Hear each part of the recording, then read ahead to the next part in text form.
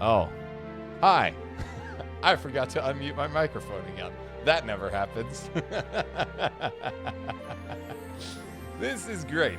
Off to a great start. I was just going to say welcome everyone again to another edition of the Christmas stream where we go through what has happened in the year of 2025. We did it last year. I see so many of you already in the chat, and I'm so stoked to see you all. I have a cup of glögg. I don't know. Is that blue wine? What is that? Spiced wine in English, I suppose. Let me know if the volume is all right. It would be great to hear from all. Thank you so much for showing up so early. It's good to see you all. Blacks on guitars. Yeah. Voice a bit low, is it? I think I can raise the volume a bit. Something like that. I can turn down the music even more. How's that? Is that good? Maybe I should talk into the microphone as well. What's up, Evil Cat? Nice. First time chatter. What's up? Good to see you all.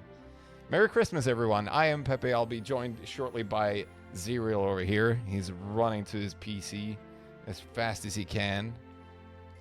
And we're going to go through a bunch of stuff of what's happened in the year.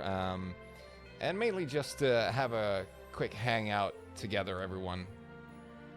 More music, better. That's great. Okay, I'm satisfied. I think it'll be just fine this way. Mike is sounding good. Thank you, Raga. All right, so I'm gonna present you with what is sort of the talking agenda today for me and Xerial. It's gonna be just one more year of Quakeworld. This is a summary here. The Secret Santa strikes again. Obviously, these fine Christmas cards. I got mine as well, and I know some non-Swedes got one this time around, which is pretty cool. And go through some competitions and results of said competitions, and some LAN action that has been had, and some player spotlights. Not spoiling anything there. I'm just gonna go through a bit of like thoughts on players in the scene and who deserves attention and whatnot, and then talk a bit about maps that have come out and more map talk in general. And then we're gonna close things out with Frag of the Year. I hope you're all excited. I hope that you have sent in your clips, and I know those that have, and I know those that have not. I am very, very disappointed in you, and so is everyone that you didn't send in your clips. But the deadline has passed. The stream has begun. There's no more additions to be made to the clip pool. So we're going to vote on that. Everybody in the audience gets to vote. So, meanwhile, before Xerial joins us, I'm just going to say thank you all for showing up. I see so many names. To see you all here again. Hey, Andy. Yeah. Awesome that we get enjoying the show again. Too, it's a tradition by now. I don't know if that counts as a tradition. That's just a sequel. No card for you, Raga. Oh, man. I'm so sad. Not messing around this year. Yes, there will be a break, say. I think we'll do a bunch of talking. And then have a break, and then maybe do some more talking, and then Frag of the Year, or we'll see how fast we run through things. I am not aiming for a 3-hour stream this time because I have work tomorrow, so I'm going to try and keep it as short as possible. But yeah, there will be a break at some point. That is the plan. The suspenders make you look so mature, unlike your Discord persona. I'm sorry. But also, thanks. I don't know what to make of that comment, really. But it's good to see you all here again. And I see Vukmir in here as well. Yavi's younger brother. He's a kind of fresh addition to the Quakeworld scene. Everybody throw out a welcome to him. He was at Yavi's place when we were landing some months ago. Just me, Gristling, Yava, and Vukmir. He's a real swell dude. And he should come to QH Land, but he is also not... He's not gotten a ticket yet, so, you know. Where is the Santa hat from the TV4 Grand Final poster? Yavelsk, I do not own one of those, so I'm not wearing one. But also, hi Yavelsk, teammate of mine, of course, and hi Louise, I know you're watching as well. Good to have you on the audience as well. So many cool people here. Hi, Tiba, as well. Nice to have you all the way from Brazil. And I see you, Thunder, and Jesse as well. Hi, Splash. Hi. It's good to have you. So I saw recently there was a post on the seating for that. I think who made that? Was it Yave who made that? That the seating arrangements for QH LAN is almost looking at top volume for, for me, Mackler, and Splash being so near each other. That's pretty great. That was a good one. Let's see if we have Xerial in. I think we do. So I'm gonna just do some changes here. Now I should get a link here, and we should be able to have Xerial online. Just give me 1 second. And we're gonna do this. And we're gonna do... There we go. We got Xerial in. I'm going to call him on Discord right now as well. Merry Christmas, buddy. Hey! How's it going, Xerial? All good. Nice, nice. Good to have you here, man. Good to be here. Even great, I would say. Hey, cheers, man. Cheers to you, too. All right, so I have the agenda up. Before we head on in, do you have anything you want to say as an opening sort of statement? Well, you know, those few of those few that are actually here at this time, I haven't checked the amount of viewers, so God forgive me if it's like 5,000 here. But some of those few may have been at the Uppsala LAN that we both partook in, Pepe, about a year ago in January, and at the end of that LAN, I couldn't resist the urge to hold a little speech to give my thanks to everybody who, you know, keeps this community not just running, but at running at a very high level. And I think I mentioned like 3 things that I thought was amazing that had really impressed me since my comeback after 20 years of rest, and this show was one of them. And I'm very excited to this time around, you know, 1 year later, to be at least have some kind of part in it. Let's see what it develops to. Maybe you'll throw me out in 20 minutes or so, Pepe. One too many analogies. I tend to not do that. I usually have the talk first. But I see you rocking the John McClane outfit. That is perfect for a Christmas stream, man. Hey, I don't know who that is, but he sounds like a great guy. What? Die Hard. Oh, okay, it's Bruce. Okay, then I know who that is. Yeah. That is for amazing. Sure. So great to be here. Thanks for having me. Oh, thank you for coming. It's great to have a co-host to do this with yet again. So I was just gonna like loosely go over 1 more year of Quakeworld and what that feels, what that means to you, what that means to us, and so I'll begin by just saying it's been another year. It's been great. There's been LANs, there's been competition, there's been a summer break as always, and then coming back really strong in the autumn.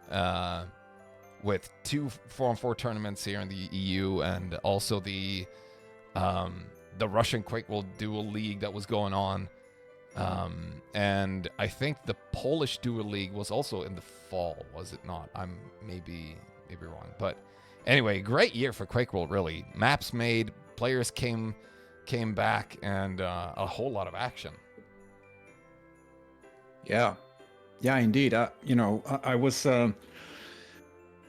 When Java eventually managed to persuade me to come back, I was expecting to, you know, come have dinner at some old shed in the forest that was like 2 minutes away from completely collapsing, as he didn't really sell it that much. He just said, come play. And since I had no idea, I was so surprised at the activity, at the community. You know, we might take occasional, sometimes even frequent dumps on Discord as a platform, and I understand why, but there are also, you know, benefits to it, that it's like you have this great community in your pocket, basically, and that shows. And that's just the soft part. Like the activity has been tremendous. You know, some tournament admins have been shout out to Horatio. Have perhaps burned out a bit. and then others have stepped in. We saw Coiny, we saw. I'm not sure if it's the whole of TSQ or if it's Nas and Djävulsk only or how it is, but those guys have also done a I would great say job. it's And those are just a Djävulsk few. and Nas. That's been running it.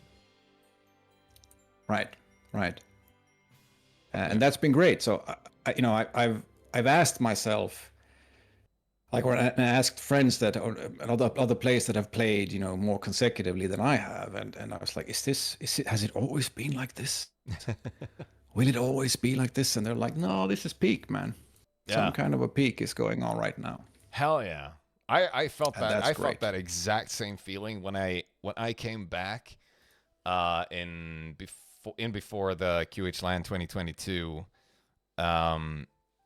It felt like the scene was just like on an uphill, getting way more active and better, and so many people returning, and it was a real spark to have QH LAN after all the lockdown returns to Quakeworld as well. I know that there were people really stepping back into the game when the pandemic hit, and really a bunch of effort by people who are just dedicated to playing and organizing, and I think, yeah, as Berezi's saying, get quad in, was it 2021 or 2019? I'm not sure, but one of those.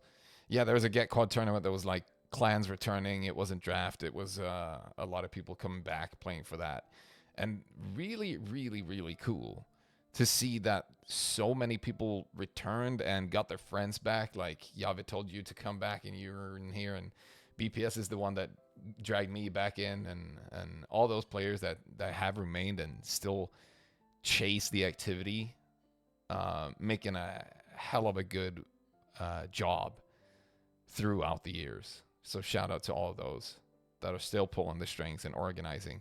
And I know, like you said, all the tournament admins that exist, and also Link, I want to add to that pool for making the Quake Mix League happen, and a lot of the organizers behind things. I know that Bands ran a 4-on-4 tournament for newbies and old guys that were returning and didn't have all the chops, and is right now running the 2-on-2 tournament in NA, which is also really cool.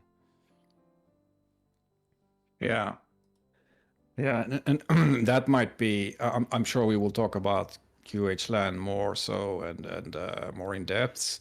Yeah. But one of the most exciting things and also terrifying things is to get to play versus the Yanks on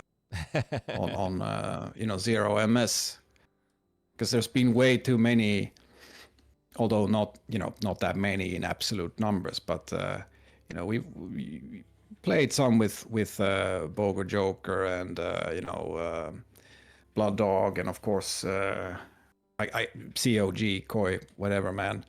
When every time you lose like an engagement versus any of those guys, you're like, fuck, I shouldn't lose versus to someone with that type of ping. And then now time is approaching. QH LAN is just around the corner. You can't help but think, how will it turn out? Yeah. Not just for me personally, but how will they fare on the LAN? That's a wild card, my friend. Yeah. At least for me. I haven't seen them play on LAN as much as maybe some of you others have, but yeah, I'm stoked. I am super excited. It's gonna be so cool, and we're getting some late additions to the sign up list as well. I don't know if Sane, you're in here. Have you checked the list?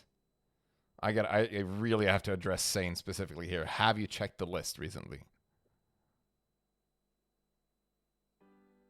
Yes, you have. All right. Have you seen the latest edition? I thought you would be more excited. I haven't seen it. Exactly. Yes, exactly. Mackler is showing up. That is true. That is true. He is coming all the way from Poland.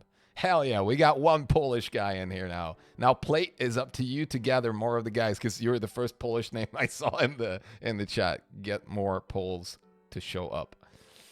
All right.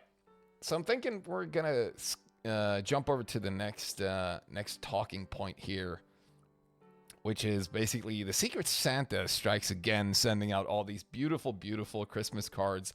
I am so excited about it and really, really hyped because I saw I think it was Splash who showed it um who showed it in the main Quakeworld channel first.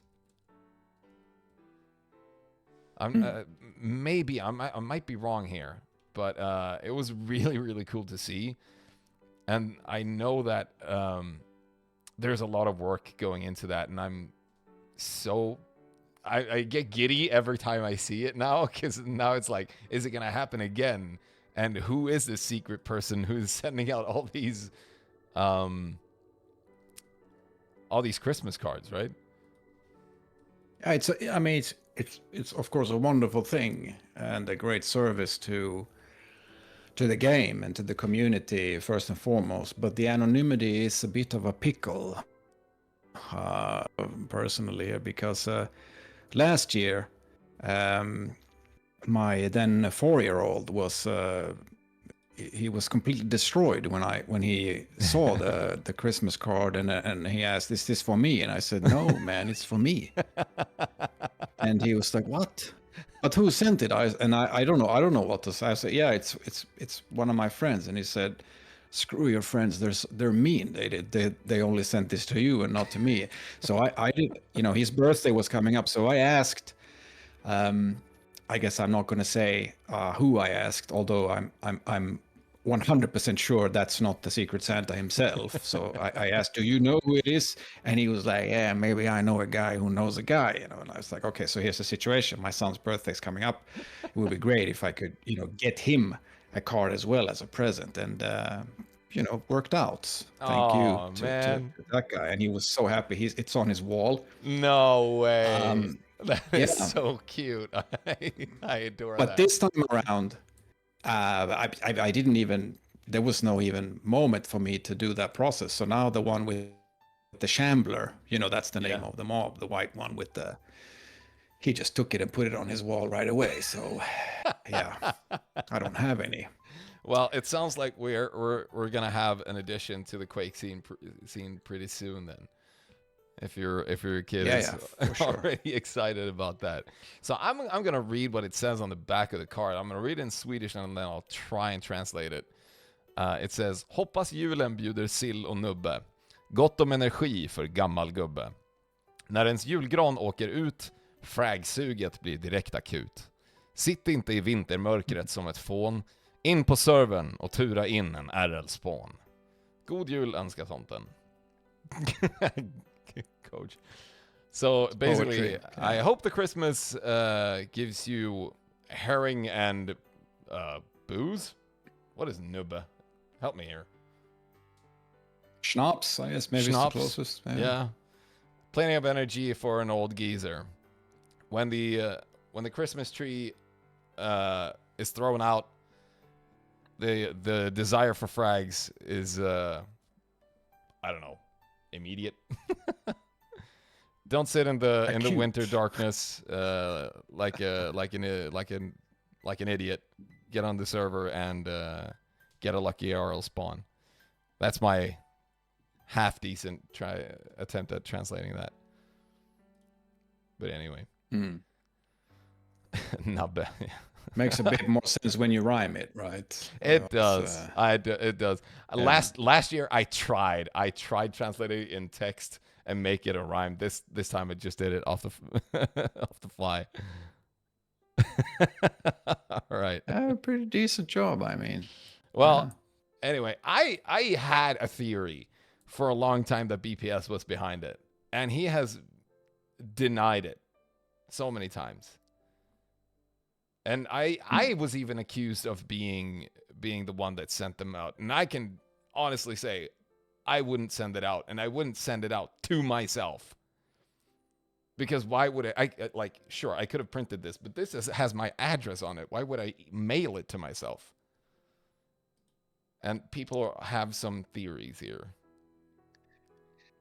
Yeah, it sounds like a cover story, but to be honest, it's like if I How? kill the guy, why would I still carry the gun right now when you cops are harassing me? You know, it's like. Of But course. hey, I Of know as course. little as the next guy, so. Uh, I mean, Since Santa actual Santa probably has a real name too, right? I don't I imagine that was like I would his assume. name. Okay, so we're getting Yeah. some. My front runner is still BPS is Carapace, and BPS for sure says Vukmir. It's Grisling says Sane. Link for sure. I don't think it's Link, because Link doesn't like Swedes enough to send them to this amount of Swedes.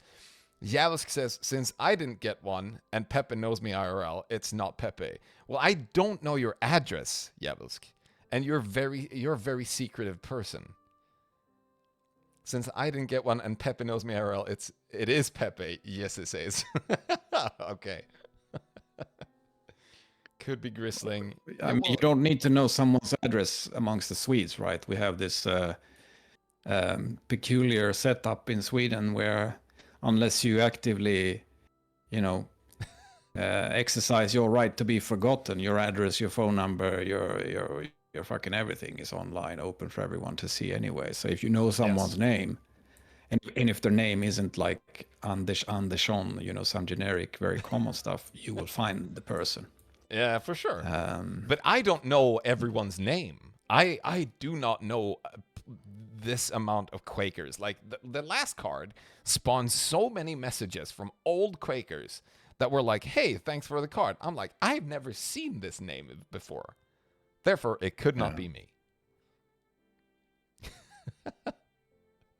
I guess we'll never know. Well, yes. I think we can close the chapter that we will never know, Yeah. and we'll have to live with that, and we'll see what happens next year if one more shows up, and maybe there are some clues in the text, maybe there are some clues in the picture. It's gonna be a big puzzle when you put them all together. We'll be able to figure it out. Yeah.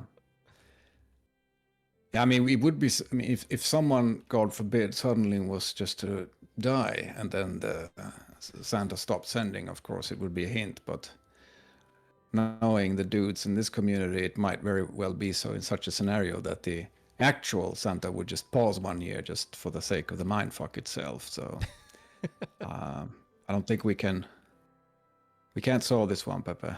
I don't think we can. We're gonna have to move on in the talking points here, and we're gonna jump right on over to competitions and results. And I have done a bit of research here, and I've gone back to where sort of 2025 started, and I think the most exciting things to talk about. It could be 4-on-4, it could be 2-on-2, it could be duels. I'm not sure, but we're gonna start with 4-on-4 because that's what people want, right? So Quakeworld Mixed League has been going on strong this year. It's been on it's on its sixth leg right now, and they've had at least 3 during 2025, which is absolutely kudos to Link. Yes, spot on, Carapace.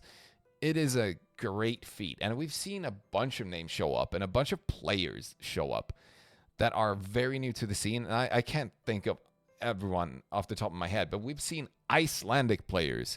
Shout out Biggs and Arnelius. First Icelandic names I've seen in this game. And yes, kudos to Doomy as well. Hell yeah. Hell yeah. Yeah, that's I'd never heard of Icelandic players before, so that's quite the feat. I mean, that's introducing the game to an entirely new market. Yeah. So, well done, Link. Exactly. And we also had. And it is that type of thing that you. Sorry, Pepper, but No, that's it's it's the part of the game that's so easily neglected. yes. Because most of us, most like in any facet of life, really, we gain knowledge, experience, regardless if it's like how to renovate your house or a skill at work or something. You gain sort of progressively going forward knowledge and you improve, but that doesn't mean that you also are improving your ability to share that knowledge with someone else. That's why we have teachers, right? That's their Right. expertise. Right. And that's essentially what is it about? Well, it's about bringing up the next generation. And however impossible that sounds in our setting, it's still needed, and it's still like more so than in any other setting, basically. And to take time out of your life to do that, I think that's just as, if not more, admirable than organizing the tournaments that we all, and by we all I mean like the old players, so to say, playing. So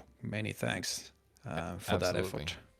Yeah, and just now, Thunder spoiled in the chat that Doomy is his brother, which I had no idea about, but that is really cool. And he's the one that got Thunder to start playing. That is all right. Did not know. Fun fact for everyone out there. There you go. So I'm going to continue on with EQL Season 23. Went from February to June sometime, which had a great season. It had a bunch of cool teams show up. We had the exodus of your team. That was the first iteration of your team, right? For EQL Season 23. Yeah, it was. It didn't last so long, unfortunately. But it was. Yeah, I'm not in discontent with my current situation, and I don't think the other guys are either that played together. But it is a bit sad that we were not able to proceed, because it was a team with. Well, first of all, it was another team, formed out of, without necessarily breaking an existing team, which is a great success. But it also was a team with, I think, a lot of potential, especially like across, if you think about like 1 year more with that team, what could have happened then. Yeah. So yeah, that was very exciting, but it was great to play with the guys. Yeah. And the only thing that really bothers me about it when I think about it is that Fix isn't as active as his responsibility dictates that he should be. So Fix, yes, come back, Fix. Grab your collar, come back. Hell yeah! And we also had GG or Gubbgrottan that we're playing. My team Wingman, and we had, I think, not the first iteration of that team, but we had Death Dealers show up as well and climbing forward ever since. But the final results were that Slackers took home a 3-1 victory versus Black Book in EQF 23, and Sudden Death beating SK. I'm not going to say their full name. SK for the for the third place match and taking home the bronze. And also in Division 2, I'm going to jump right over to that. We had a Retro Rockets team take it home with Hangtime, Panny, Viag, Gore, Dobes, and Annie, which is pretty cool. Beating D2 Shadows, the sort of Division 2 version of D2. All right. And Fraggers United taking home the bronze there.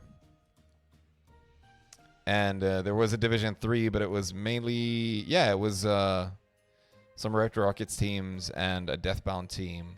Not a lot of teams there, but hopefully more teams will spawn out of the Mixed League, the QML. All right, QML 2 started November 24, ended February 25. All right. Yeah. 3 full and 2 half season this year. Cool. Hey, BPS, good to have you here. So yeah, a really, really nice tournament, well-ranged Horatio. Shoutouts yet again. Yeah, and it was a sick finals. Really, really memorable finals, I would say. You and I casted it together, and some memorable moments there that maybe we will come back to later on in this show. I don't know. I do think so, but great final that Slackers and Black Book gave us, and also sort of the foreshadowing of the current situation with sudden death ending up third. And I don't want to sound like a broken record. I have made this point many times, but sudden death played a disgustingly low amount of pracs in that season, and yet made a very good impression, and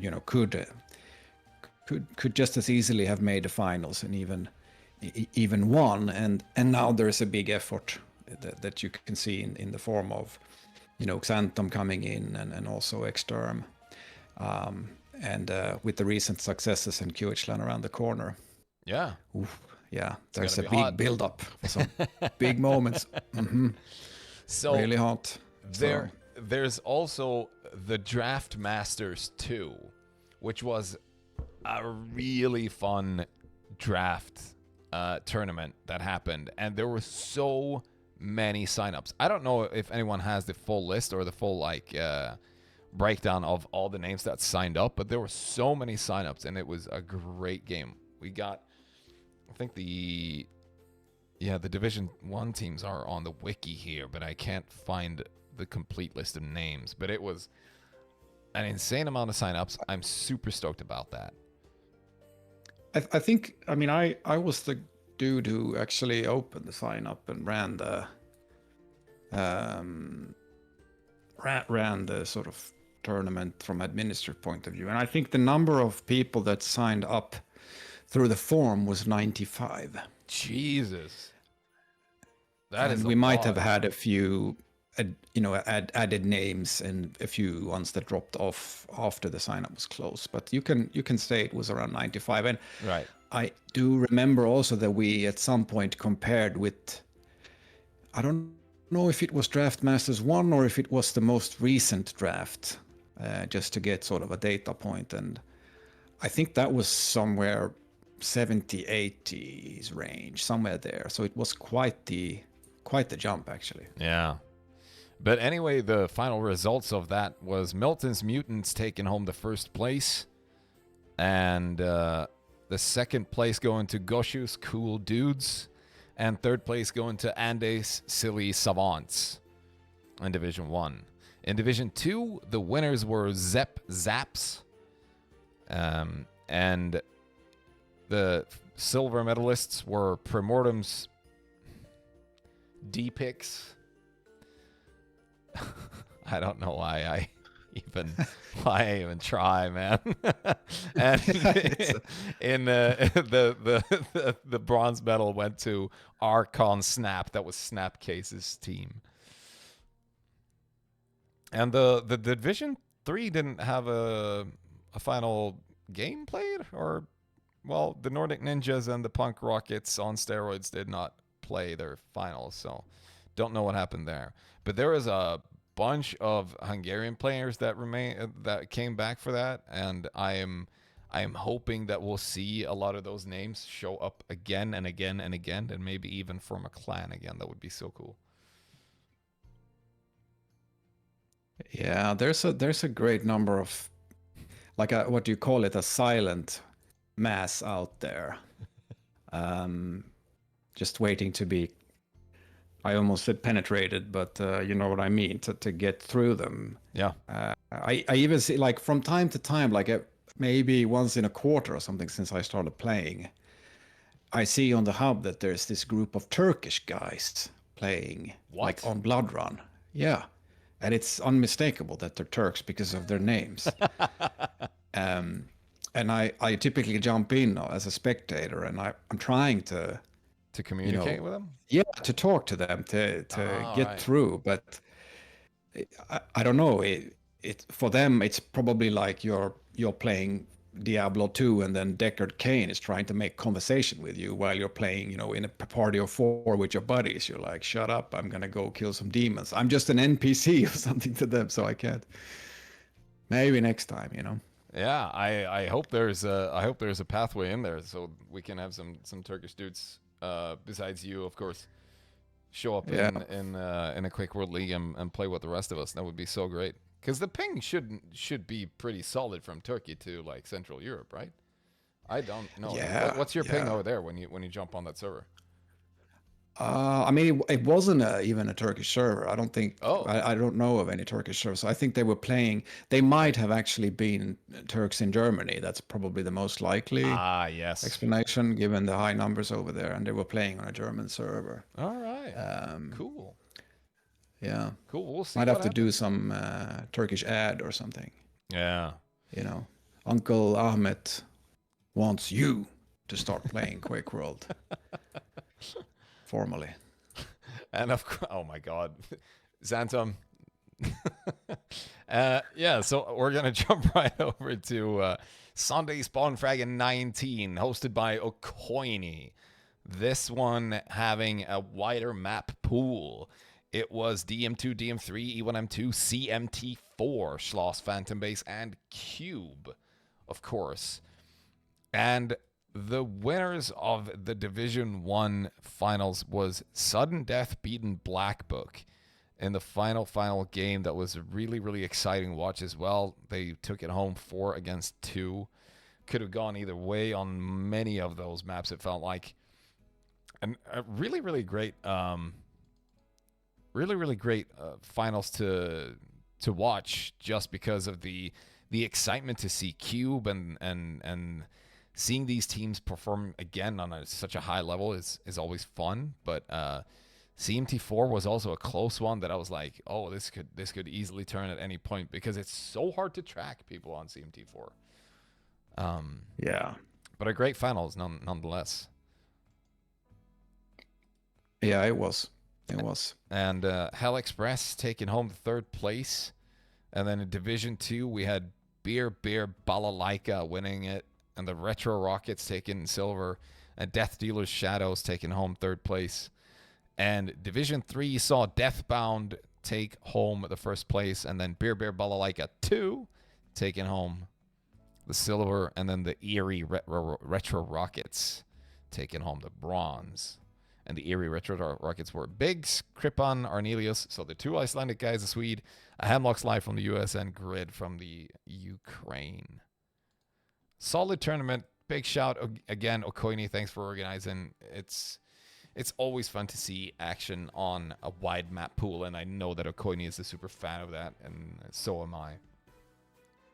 The more the merrier. Yeah, and you know, there were some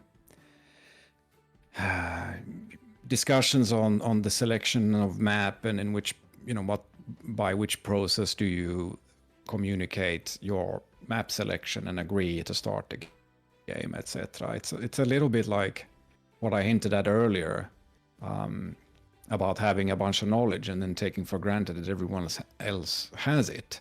Yeah. Like when you take ready, it means that you're ready, you know.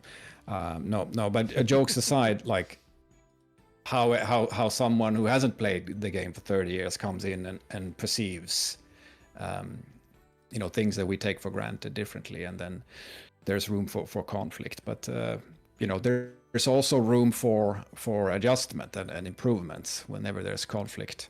Yeah. There's an opportunity to improve, and I think, at least personally, that what came out of that situation where Hell Express and SK didn't agree on the maps, and there was, you know, the match wasn't played in the end, unfortunately.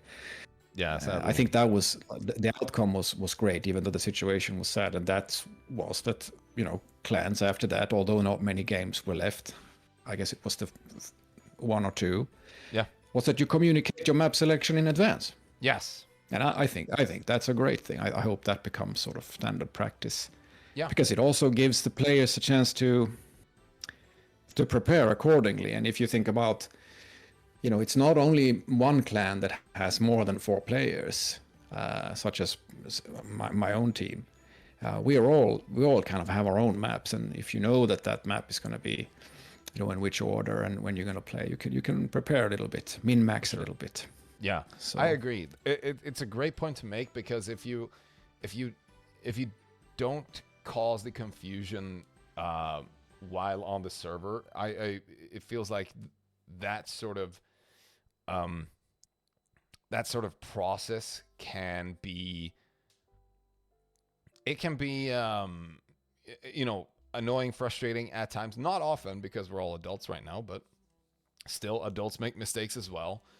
But if there was a dream I could have, it would be that there would be a function to have the like a pick ban system outside of the server, where you do it in, I don't know, some sort of tournament website format thing. That would be amazing. Like we see that in a lot of other big esports titles, where they have that process built into the game or whatever it is. But it's a really, really cool thing to set up beforehand. Like you said, Carapace, we'll Yeah. build it into the client. But no, I Yeah. I doubt there's a a strong push for that. Yeah, I don't want to go all, you know, IT and systems development in this call, but I think the best idea would probably to build it outside first as sort of since like as a mock-up or something, and Right, that right. we could use, and if it would make sense to merge it or put it in there, you know, compared to the effort, then that would be a good idea. But Yes. we see, you know, TB4 has it doesn't have that feature, sure, but it does have like a easy to follow and access from phone kind of graphical user interface, which is I think a great improvement, which also I think should be hopefully sort of best practice going Absolutely. forward, and then from there maybe the step isn't that far. Who knows? TCO. You can only wish, you know.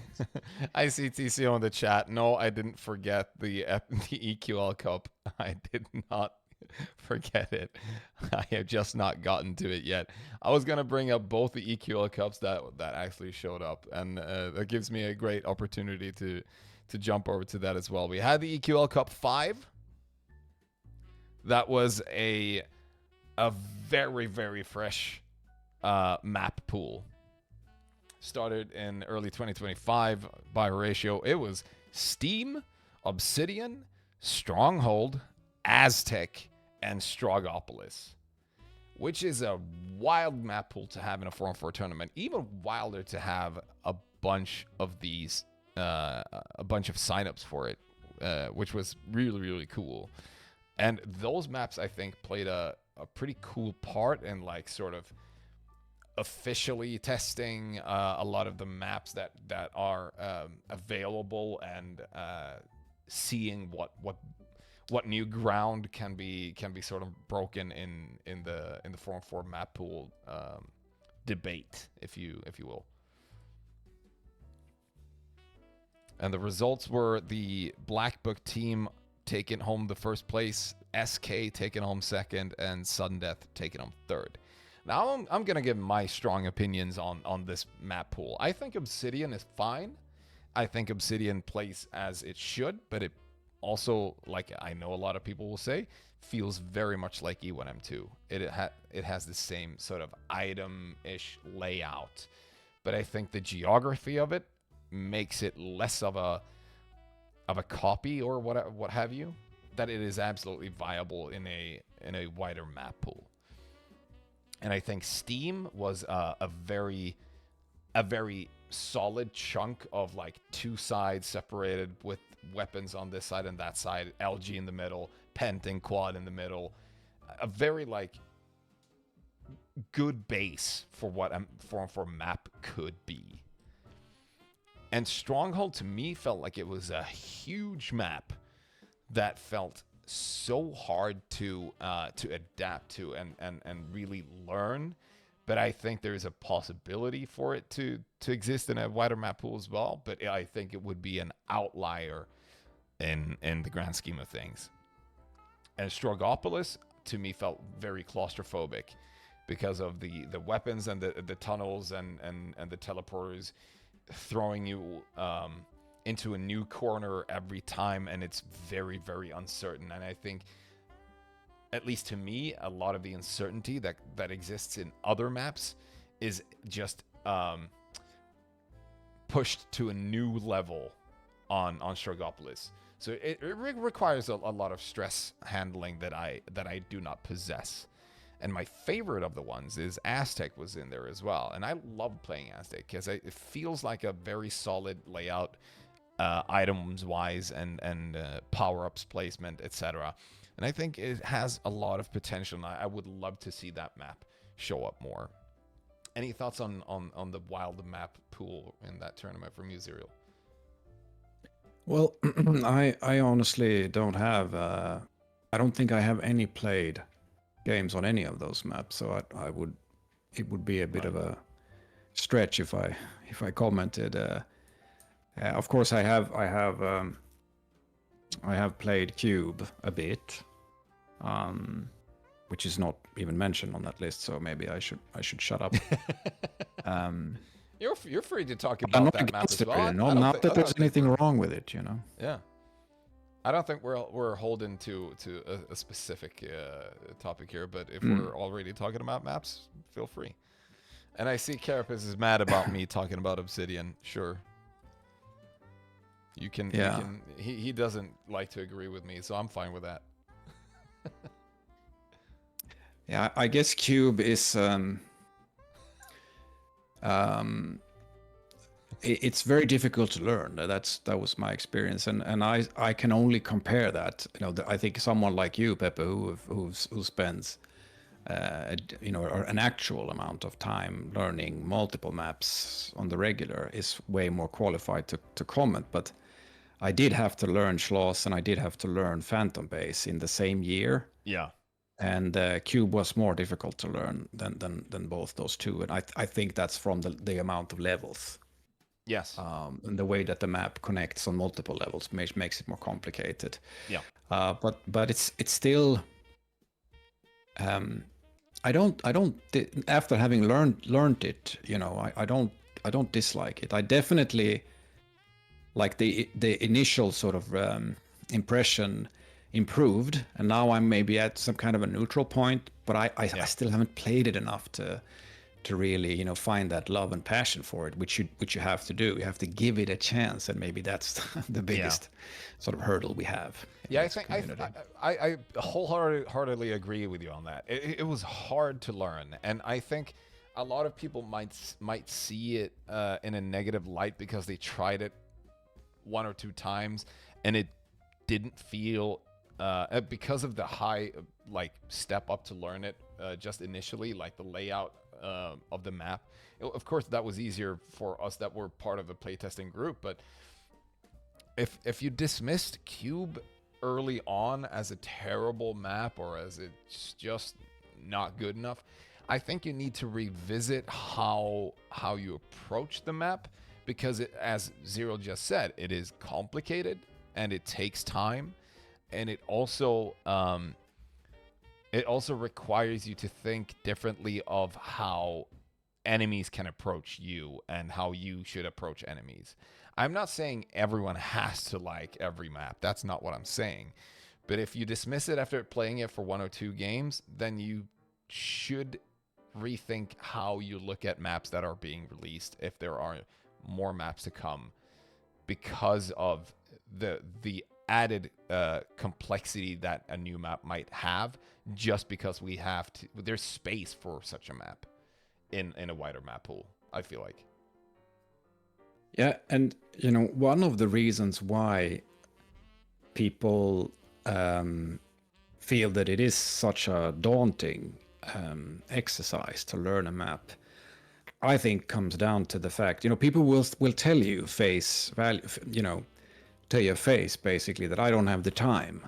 Yeah. And I don't want to go into, you know, judging if someone has time or not. That's not my thing to do. No. But I think the perception of not having enough time might be coming from the fact that most maps that we know, and when I say we, I mean like those the sort of old-timers who did not join the custom map tournaments. Yeah. Most maps we know, we never learned them by having a systematic approach. We just played them. Exactly. Right? Yeah. And when you look at these new maps, most people, they don't have a systematic approach because they never did it, and they might not have a friend or a team like a player in their clan that knows it and is willing to give, like share ideas on how to do it. But when you have a systematic approach to it, it will be much faster. So with BB, when I joined over there in my short-lived period there was a lot of hours that went into learning Cube. And one thing that we would do is play a lot of 2-on-2 on it. One thing we would do is just go into the server, press kill, and then try to find quad. Press kill, try to find quad, press kill, try to find quad. And that's not the most enjoyable experience you will have.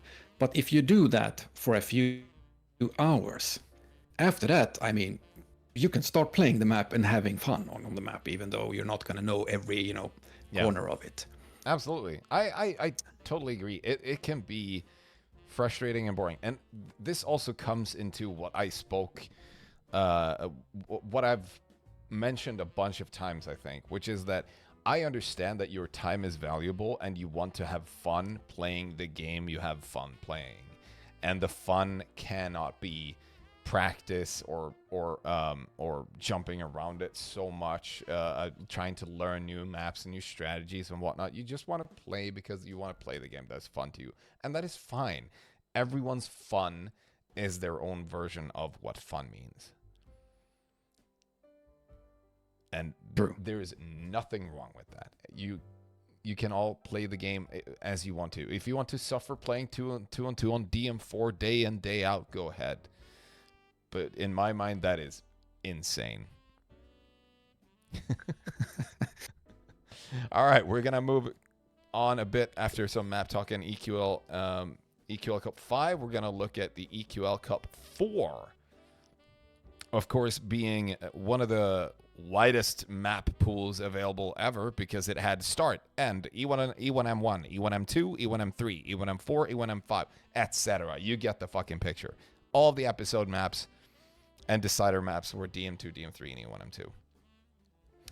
Now, I did not partake in this tournament because I dislike the episode maps a lot, because there are a lot of them that are absolutely terrible experiences in my book. That's my version of not fun, but I'll leave it to the experts, because we saw a bunch of players join in here. There was no third place match played, sadly, but Koff took home the gold versus the Axemen. The Axemen getting the silver. And they're experts. Yeah. Oh, good one, Brazy. Thank you. I wish I had a little bell or something I could ring if I saw a terrible pun. But of course, it is cool to see these maps being played yet again. And I want to hear from the Axemen, the Koff members, the Polonez guys, the Tribe of Chernobyl guys, Beer Balalaika, and Fraggers United. What was so fun about playing these episode maps again? Please tell me if you're here and chatting. And Xerial, what's your take on this episode revisit? Would you take part in it if it happened again?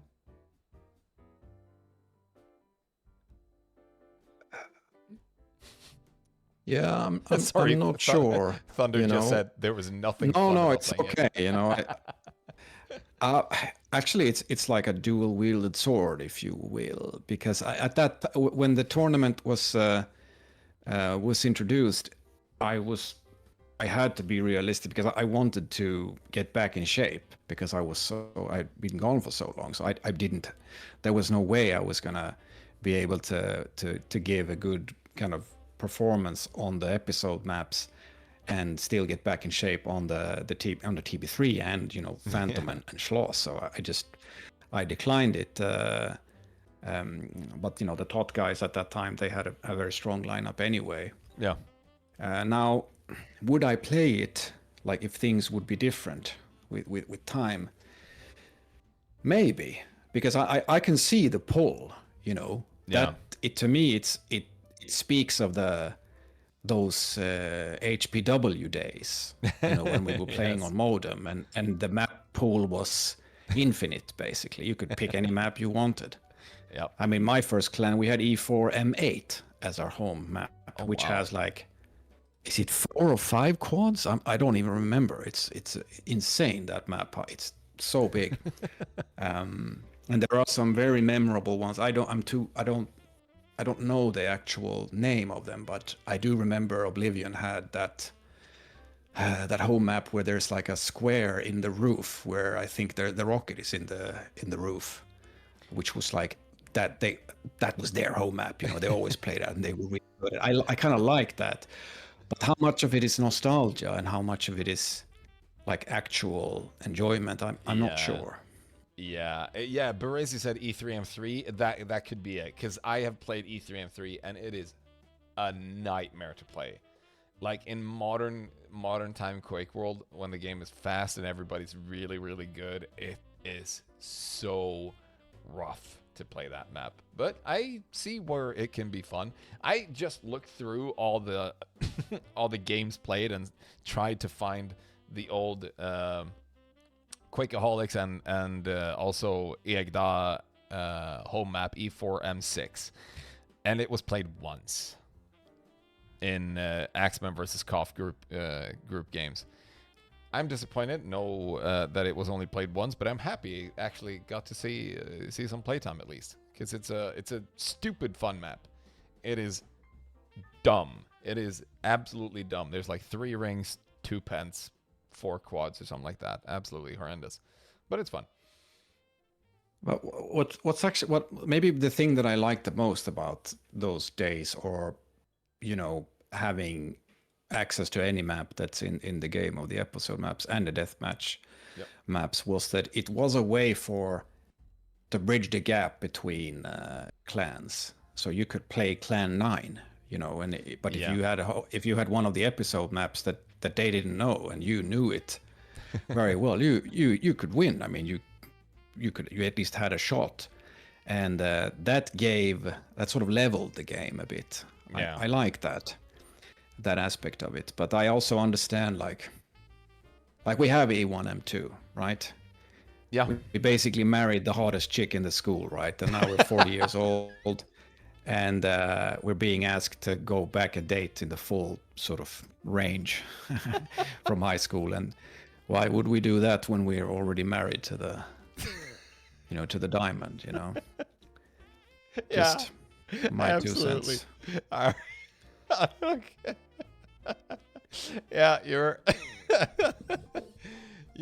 nuance The is same. highly appreciated, and that gives me a perfect opportunity to jump over to the big 4 that also concluded recently.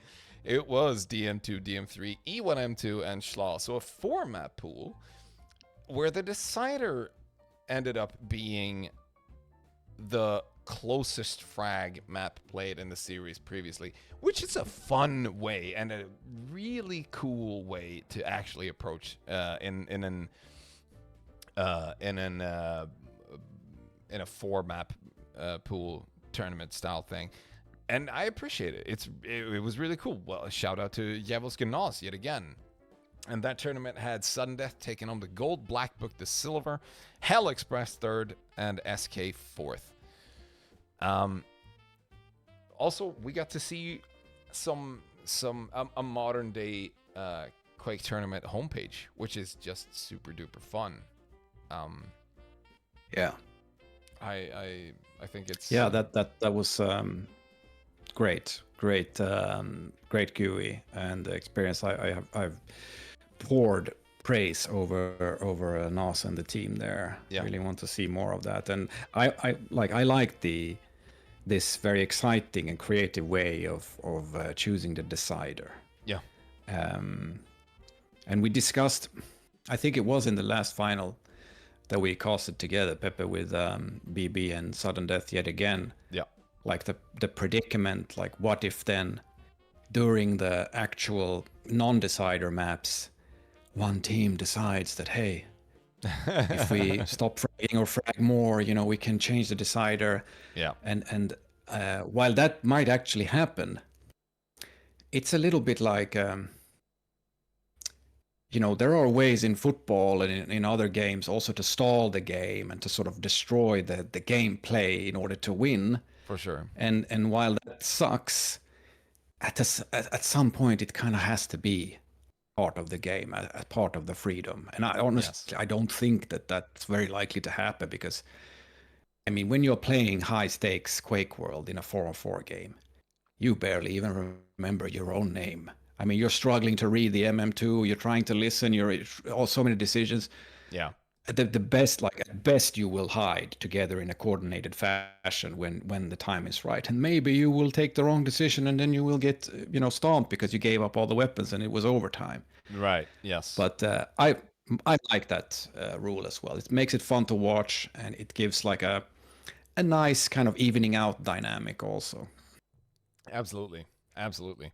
All right. I'm going to push through a bit because we're already on the 1 hour mark of this chit chat stream. So I'm going to speed run through a couple of other tournaments that have happened. We had some 2-on-2 happening in 2-on-2 Combat 5. Wish to see that tournament return yet again. Shout out Alice for organizing 2-2 tournaments like no one else. We saw Poisonous and Venomous, aka Milton and Mazer, taking home the gold. And we saw the Aeronauts, BPS and Locust, take home the silver. And the Terranauts, that name, Andy and Carapace taking home the bronze. We also had in the Division 2 team Hammers of Firestorm, which was, correct me, Hammer and, wait. Who was that? I don't remember who that was. What? My head? Hammer and Flamer. Yes, Hammer Flamer. Thank you. And then Meat Eating Squirrels taking home the silver. And Beer Balalaika 2 taking home the bronze. And in Division 3, we had Drunken Drunker taking home the gold. Retro Rockets taking home the silver. And AFK taking home the bronze. Now, that tournament featured also a new map. It was Thor, obviously made by Alice. And I know that people... It must have been the first time we saw transparent floors, where there's a floor you can shoot through, but you can walk on it, and it was a new thing, new feature sort of added into the map making. I think there's a really good argument to have that yet again at some point in some map in some way, because we saw that on Steam as well. It was a really cool feature, and I would love to see it again. And I think Thor is a great 2-on-2 map. The quad placement made so many epic battles happen, and once you get the quad, you're not guaranteed an easy way out because of the layout of the map, where either way you have to exit the quad room. You will most likely face an enemy that has picked up a rocket launcher already. But it was a cool tournament, and shout out yet again Alice for hosting. It was a great tournament. It was super fun to watch. Thank you so much. We also had a couple of duels tournaments. We had the Airwalk only tournament. That was Locust taking home the win. And the second place went to BPS, and the third place went to Speedball. And in Division 2, the winner was Glad or Glod. I don't know how to say that. Is it Glad or Glad? It's a tricky one for Swedes, though. I feel like it's a trap. It is, right? I mean, I guess for English speakers as well. It's Glad is short for Gladiator. All right, so it's Glad. Nice. Good to know. Thank you. And Jissa taking home the silver. Mille taking home the third. Pretty good stuff. Pretty good stuff. I know Link loves his one-map tournaments. They go on forever and ever and ever.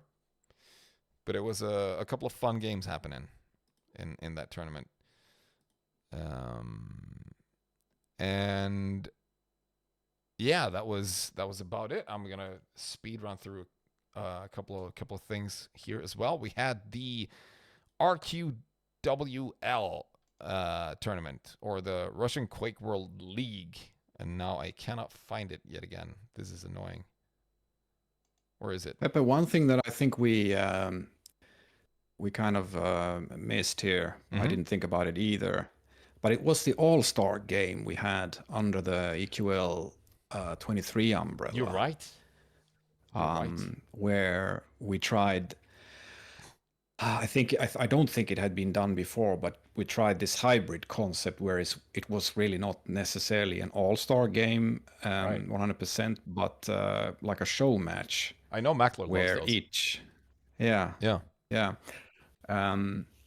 Where we picked we drew from the division. What do you call it? There was Division A and Division B, I guess, of Yes. Division One, Correct. like subgroups, and then well, kind of like a kind of like the All-Star game in like a Western. It was Western Conference versus Eastern Conference, if you will. Yes. From at least NBA Or NHL. and yeah, or NHL exactly. And then we had this seat system where each clan, regardless of your standing, only got like or the top clans got a seat, and we play that one. And I think it would be interesting, just briefly, if people. I know what the players thought, being the organizer of that one. Yeah. But it would be interesting to hear what kind of all-star match, next time around people would be interesting in, if it's the same type of concept or changes, or, if it's a show match. Yeah. Any thoughts or comments you might have, put them in the chat. If you don't think of them now, if it sort of gets to boil a bit in your mind, then feel free to write them to me on Discord at another time also, as we Hell should yeah. have more of those. Yeah, I agree. That was fun. That was super fun. Nationals.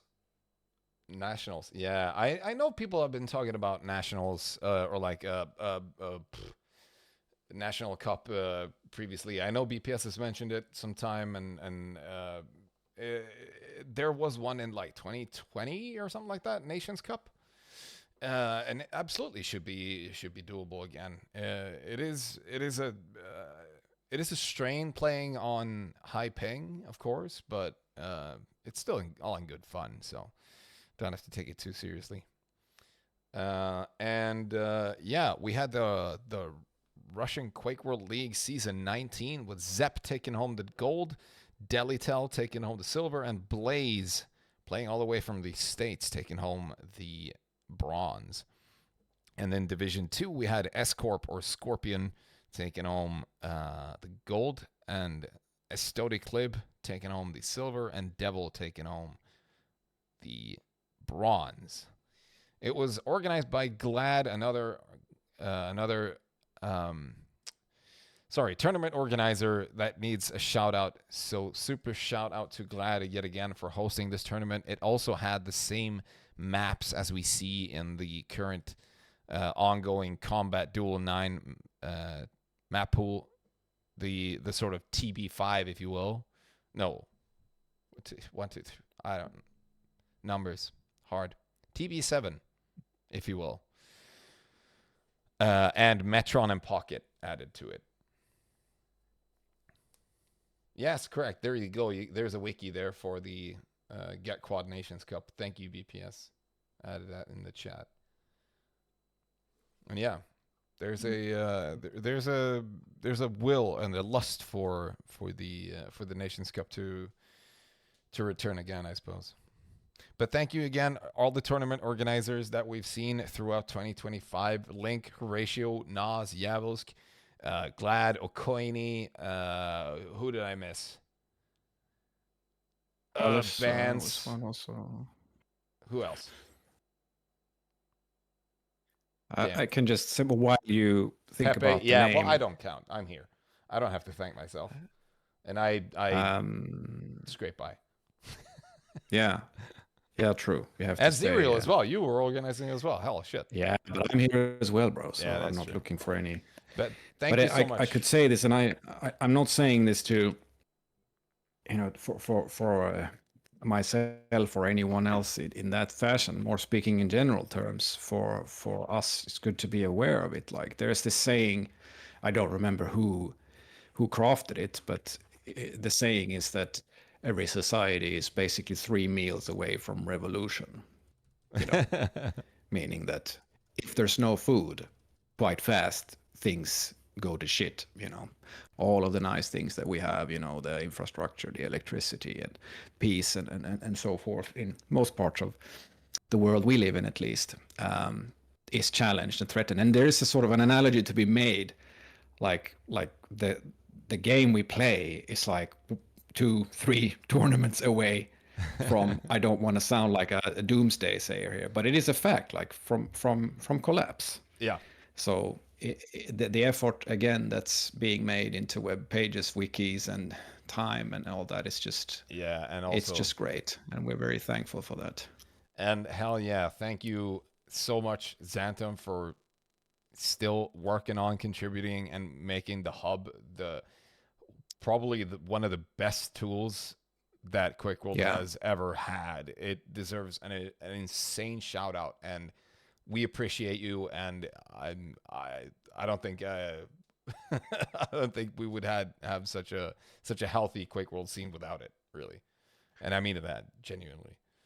It's one of the most enjoyable things you can do to an old buddy that used to play Quake, to show them the hub. I'm sure many of you here have done it. Yeah. It's like they don't understand it. What? I imagine it's like showing an ATM machine to someone living in the Amazon, who's never been exposed to modern society. It's like, what? You can watch Quake from a web browser. They don't even believe that it's if you tell them about it, they don't believe it. You have to show them, and then it's like, wow. Thank you, Javelsk. Not to forget Spike and Nano also. Spike being the dev behind FTE, and Nano for being such a super duper cool dev guy. It is insane how much time he pours into this development as well. I see the chat going on.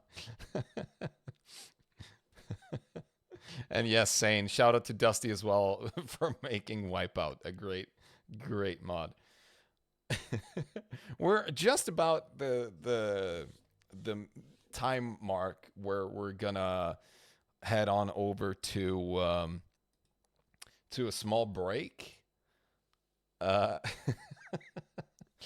before that, before we jump into the break, we have a couple of Christmas greetings, if you will, from a bunch of players from around the world. So here's a treat for y'all. Enjoy. Oh shit, this is a little bit harder than I expected, but let's try it out. So we are now in the capital of Finland, Helsinki, and it's Kippo from Fraggers United. And as you can see, there's a lot of lights background and all over the place. So it's Christmas time, and therefore just wanted to say Merry Christmas and Happy New Year, all of you guys. In less than 2 weeks, we will meet you guys in Stockholm, Sweden. So yeah, QH LAN coming up, and get ready for that and get your shape up. At least I'm trying. See you guys. Bye-bye. Hey everyone, it's Bogo from the United States. Wishing you all a Merry Christmas and a Happy New Year.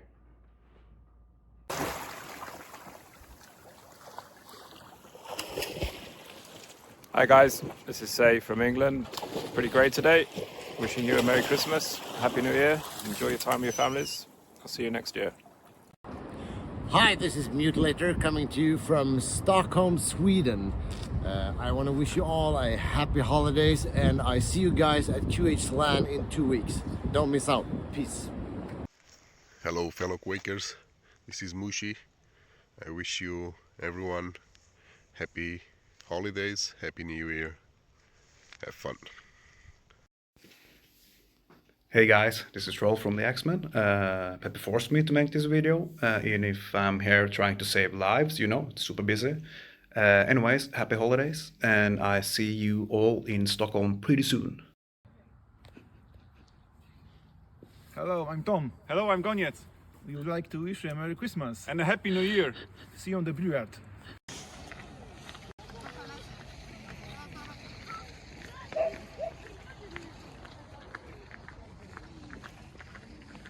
Hi, this is Fredrik from Piteå, Sweden. I wish you all a Merry Christmas and a Happy New Year's, and I see you at QH LAN.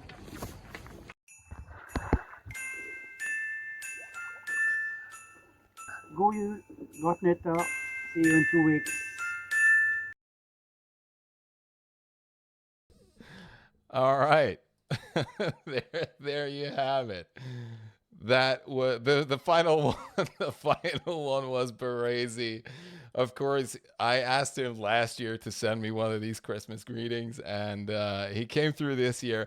And I'm so sorry, Troll. Your video was rotated, and I forgot to fix it, or I added the wrong video, because I think I did fix one, but I added the wrong video to the queue. But anyway, thank you so much to everyone who sent in their Christmas greetings. It was a treat. It was absolutely a treat to have you all send in your videos. I'm so happy and thankful for everyone sending in their Christmas greetings. Did you get to see that on the stream? I don't think Xerial, it's. or? Yeah, I did. Oh, I don't nice. think it was your mistake necessarily. I think there's this thing in OBS when content is just too cool, it's sort of hits the roof, the ceiling, then it just flips it to adjust for the Could be, yeah. for the capped out coolness. So Troll needs to calm down a bit. You know, I think I have also messed up in previous years. Or years, the last time I did this. But huge shout out to everyone who sent in the videos.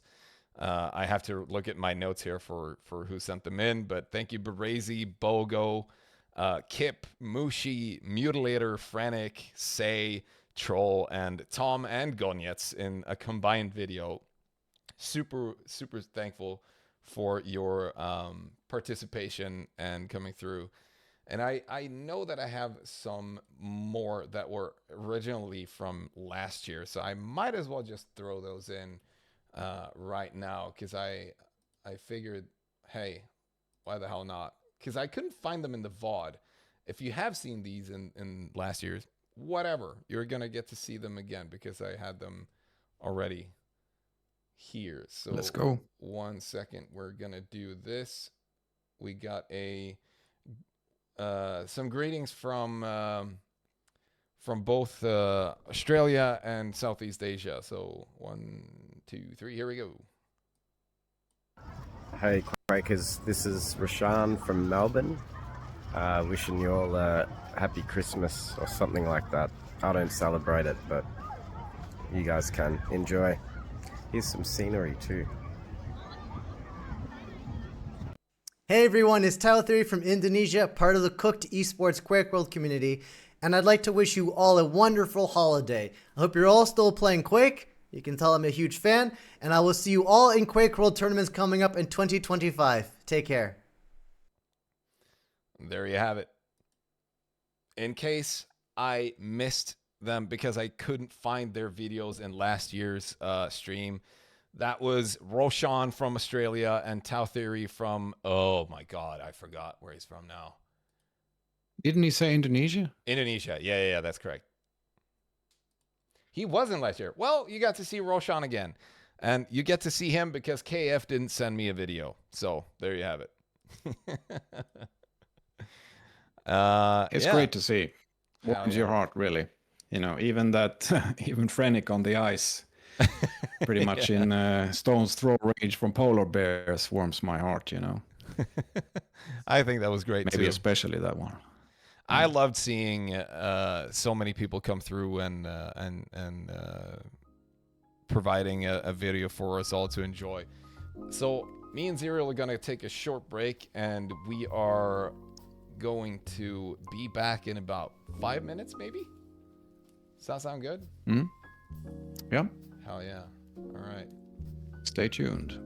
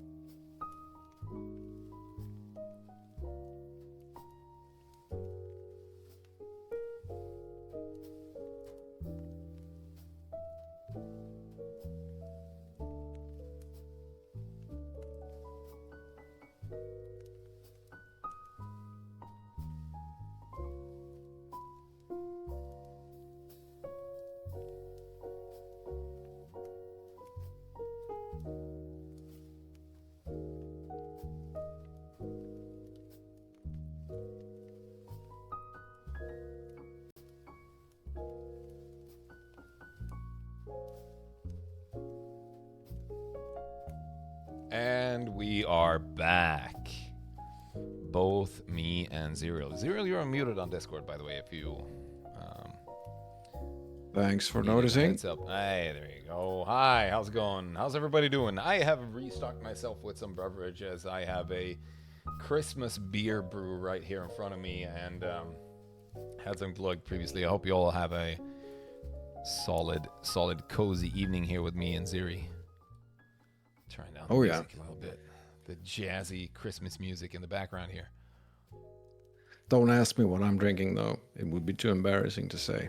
Oh, now I feel inclined to ask. Yeah, it's just water. Well, that's... But to my defense, I was out having a blast with the boys, so I kind of rushed in to make it here, and I figured I need to wire down a bit. So, all right. Soon I'll be at the right level. Let us jump into the next topic, which is LAN parties that have happened. And we're going to start things off from the beginning of the year. I know I've written them in the wrong order, but Uppsala happened. Now, I don't have clearance from everyone that attended to show pictures left and right, but I might be able to find a couple of tasteful pictures that are free for everyone to see. There's at least... this picture right here. Let's see. I'll just do this. Here's a picture of Xerial, and I believe that's the same tank top you're wearing right now, right? Yeah. Hell yeah. It might be. with Paradox and Nalfa sitting at the desk there, right behind you. And exactly. Yeah. We got some more pictures here. Let's see what this is. Sure as shit didn't get my permission to show that one, Pepe, that's for sure. I kind of knew I didn't need your permission. Yeah, I'm just kidding. But we have right here Razor on the left with the headset on, and Yave standing up above Gristling, and then Oddjob on the right side of the picture right there. There you go. Yeah, the San Diego boys. They have the same shirt on. That is great. We got an in-action pic right here as well of me looking at cables and Yave sitting alone at a desk. When it was quite early in the LAN party right here. Basically nobody was around. The San Diego boys, that resonated with me. Right? Is that like a mysterious kind of draft team that might emerge on QH LAN? No. I don't know. I don't think so. It just came from this picture, I think. But here's a more in-action pic. You see Yava and Grizzling on the right, the San Diego boys, and me standing up doing whatever, and you on the left. Some heavy action going on right there. And there's Lethal Wiz, and me behind the screen, and Noffa asleep at his desk right there, or just squinting, trying to figure out how low his sense can go. Yava yet again. It seems like Gnoffa. I'm not sure Gnoffa is awake there. I don't think you can make that case with 100% certainty. I don't know. So, Xantam asks, what is this venue? What is this venue, Zero? Do you want to tell the story? I mean, all I know is that Java arranged it through his mysterious connections to the underworld. Correct. And there's Fix, yes. Yeah, Java has a lot of connections in the underworld, and he's also a great Samaritan, and will help out to the best of his ability at any time. So I think if ask him at QH LAN and maybe bring a beer or two, and maybe he'll tell you how exactly it went down. Well, we got access to an old convenience store, and we had a LAN party there, and it was great. And there's Rio as well with his mighty setup on a laptop. Yeah, I have to say, I think I was sitting diagonally behind Rio to the left, and when I saw him come in and set that thing up, I felt like Wesley Snipes in Demolition Man when he wakes up, after 100 years of stasis, and just looking at the new society. I'm like, that guy's playing Quake on laptops? Like, what's going on? It's crazy. Hell yeah. And there's a bunch of cables. If anyone has a bunch of pictures from the Radomsko land, please send them my way right moment, and we can make it all picture slideshow as well. Hey, there's Frank again with his amazing setup. A bunch of white stuff, and he brought his chair all the way down from Piteå. So you can see all the shelves here in the background, and my American Pants right here. That is the convenience store stuff. All right, that's enough of that. I have to say though, Pepper, before we leave Uppsala land behind, there was this moment where I referred to it earlier at the end of the land before I had to sort of go home, and I held a little speech to sort of thank everyone and express my gratitude for the community as a whole and all that. And then I said something like, in the end, I was like, special thanks to all the players that came, from abroad. We had Fix, we had Repi, we had Paradox. I might be missing one more here, but I think those are the ones. I mean, imagine going to another country. I mean, that's great. And then Frennik was in the back, like raising his hand, a bit in frustration. He was like, I fucking drove here 10 hours from inside of Sweden from the north. What about me?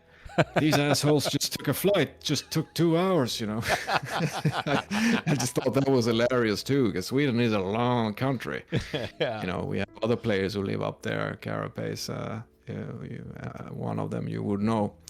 No easy feat. Absolutely. I have to show one more picture from this LAN. So this LAN was held in January, and it was freezing cold outside. It was absolutely terrible. Now, this is what the outside looked like. It was like minus 15 most of the days. Freezing cold. And if you're coming to QH LAN, this is maybe what you might prepare for. It can be super cold. So there you have it. All right, we got some pics here being sent. Hell yeah, Thunder. Hell yeah. Hell yeah. This is what I'm talking about. We're talking about lands currently, Splash.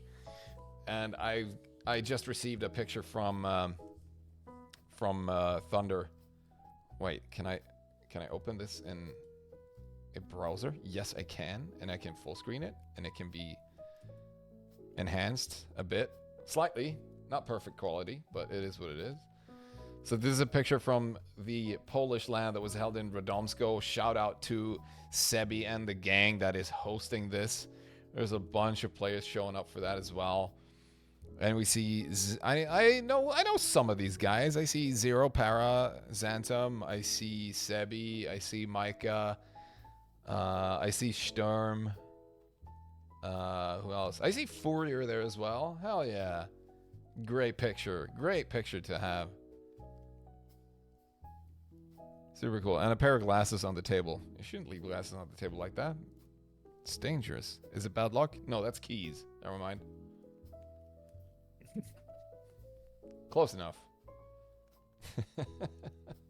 What a gang. All right. Right. Very cool. Thank you so much, Thunder, for sending me that. That is perfect. Oh, we got some more pictures as well. All right. Okay, I gotta swap back and forth for this. I feel like they had a retro gaming area as well that had Super Mario and some Street Fighter stuff and a bunch of cool setups there to swap the Quake activity around. Clearly, Radomsko LAN is for the children, just as Wu-Tang Clan. Very, very nice to see. And some curated Polish meats here being served as well by who is this? I cannot tell who this is. It's also very easy to get confused on a Quake player look. That's Pitbull, thank you. Because a lot of Quake players have the same look. It's a short hair and a slightly bearded face and a bigger stature. They don't look. I don't mean bigger as in large. I just mean bigger than a skinny nerd, like myself. Hey. Okay. I Fellow skinny guess it's nerd. okay if you include you. Oh, we got a great picture here as well. This is Xantaman Paradox with whom? I do not know who this is. Someone's Shamuth. Oh, thank you. Hell yeah, man. Hell yeah, that's a cool ass picture to have. That is dope. And look at this. I know some of these guys. Wait, this picture was horrible quality. What kind of venue was that held in? Because I mean, those windows made it look like a almost like a church or like a government building. It's a hotel in Radomsko. Oh. It's a hotel, and this is I see Blaze on the right, and I see Sturm in the back, and who are the guys on the left here? I can't see. Is that Para? Show pic of Para. Oh yeah. I'm gonna show it, Xantum.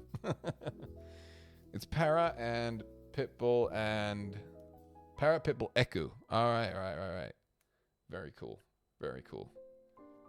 So many shots being had in these pictures. Oh man, look at this. This is great. A little medley being sung here.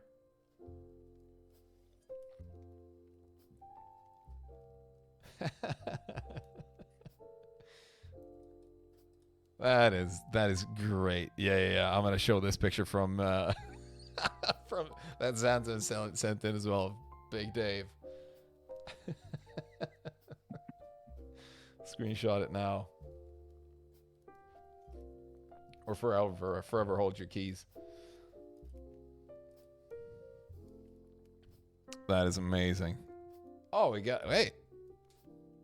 Even more pictures. Hell yeah, man. We got more pictures. I see a young gun here. Look at this. That's Sebi on the right. And is that Goshu sitting down? Hell yeah, it is. Only he can be as young looking. Yeah, that's Iron. Yeah, I didn't recognize him because the cap was so low. Of course. Man, Iron is the bomb. He's such a cool dude. All right.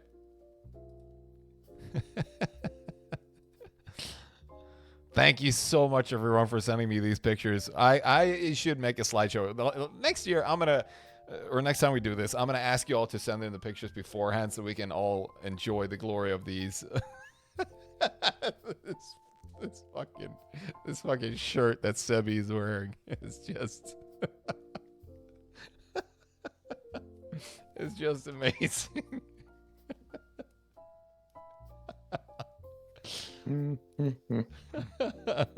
That's perfect.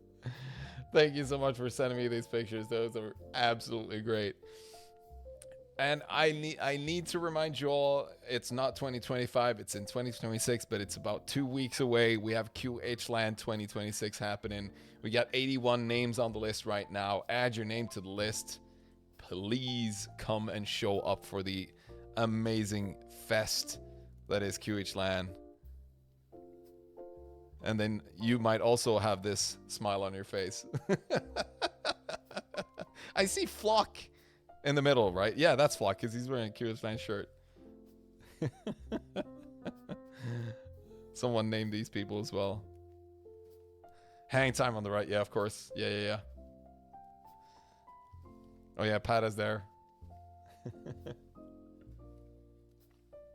That is hella good. Oh, they won the 4-4. Nice. That's what this community is all about, man. Good laughs and Quake and drinks and songs, guitars, etc., etc.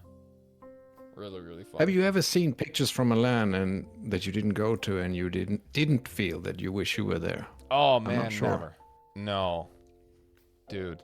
I can show people like pictures of a certain land that I have been to, and people still say, "Ah, I wish I would have been there." And it was held in a tent in a Stockholm suburb in the summer. So, you know, there's that. People still say, "Hey, I wish I would have been there."